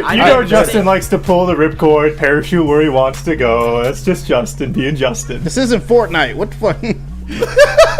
No, fair enough. And for the record, I choked as well too. I didn't even make the playoffs after getting off to a hot start. Yeah. So yeah, shout out to me and my suckage. Hearing a lot of stuff from people who didn't even make the fucking playoffs. So let's pipe down, people. Seriously. Oh, man. I can't wait. Y'all already see it's about to be epic this year. I can't wait. And to the interns who I'm hoping become a part of this Woodward Sports family, even beyond their internship, shout out to you guys being here. Shout out to not just taking a chance on Woodward Sports, but wanting to be here. Both of them in separate meetings said, we followed y'all since high school. Y'all are our sports network. We want to be here. We appreciate the opportunity and the energy. And I can't wait. I already let the chat know both of y'all do some great things collegially. And I'm looking forward to what you guys are going to do here, from writing to covering college sports and even more. Absolutely, bro. You said thank you for giving you a chance, bro. Thank you for giving me a chance. I'm hyped to be here. I've been following y'all since forever. I've been watching your show for as long as I can think. I've been watching heavyweights, all that. So I'm just happy to be here for real, and I'm looking forward to a great summer with y'all. Shout out. Yeah, looking forward to the opportunities, and really appreciate for just you guys giving me the chance. And there's a little bit of silent beef on this couch. We got 2 Chippewas. Fire right up, here. baby. And then we have a Bronco, Justin, right there. We got Chase. Fire We got up. a Chippewa. Goodness. Fire up Chips. Fire up Chips. Come on now. Unbothered. Fire up, baby. Woo! College football season about to be crazy. Football cannot get here soon enough. I muted his mic. Nah, Did you just mute him? No, I muted his mic. Muted him. Yeah. Do something of national care. If only we could hear you. If only we could hear you. Sit in your limelight where no one cares, being the 5th best school in Michigan. The shade. So much shade. As his voice so much bellows, shade. No, his voice bellows through flannels, Mike. Don't make Neil's head even bigger. Oakland is a trash athletic program. Oh, come on now. Where's Neil at? Oakland is a trash athletic program, and Greg Campy is the most overrated coach in the history of college basketball. Yeah, I said it. One tournament win his whole career. One tournament win his whole career. Chill on Greg. Damn right. Oh my goodness. I love Chill on this. Campy, Thank you, man. Justin. Yo. Flannel Sam, dog. The Veteran Squad in the network. What up, though, brother? Go Tigers. Go Tigers. Hey, they start a big 4-games home series against the Guardians tonight. Hopefully we'll be talking about a win tomorrow. And before we sign out, I got to read this mailbag from a Freddie Felt 313. Feldman Mailbag. Should we do a Disney watch party when I'm home for the Kendrick Lamar concert next month? My pick is Lion King, LMAO. First of all, I would prefer Snow White or Aladdin, but that's just being nitpicky. Oh, fair. If we can agree on Aladdin, we can do Aladdin. And second of all, the fact that you're going to a Kendrick Lamar concert just makes you way cooler than to be one of those crazy Disney people. And as I said, you are a well-rounded, great individual. So none of what I said earlier applies to you. Can't wait. And I know he will be hanging with the fellas and in studio and things of that nature. So I can't wait till Freddie's here, man. He's been supporting for a long time. I remember when he was coming out to what was it, Hamlin Pub? Like, I'm like, bro, you're not even from here. You drove here for this post-game show? He was like, bro, I'm rocking with y'all till the wheels fall off. So shout out to him. And that's how the people here, that's how they are. Even the ones we making it work. We found new ways to keep the talent still on the network. That's growth. I'm telling you guys, keep supporting us. It goes a long way. It's your boy Brandon Dent, aka Detroit Kool-Aid, your credential Pistons reporter, writer for the network, man. It's been Wake Up Woodward. It's been a show. But you guys have a good one. Let's go.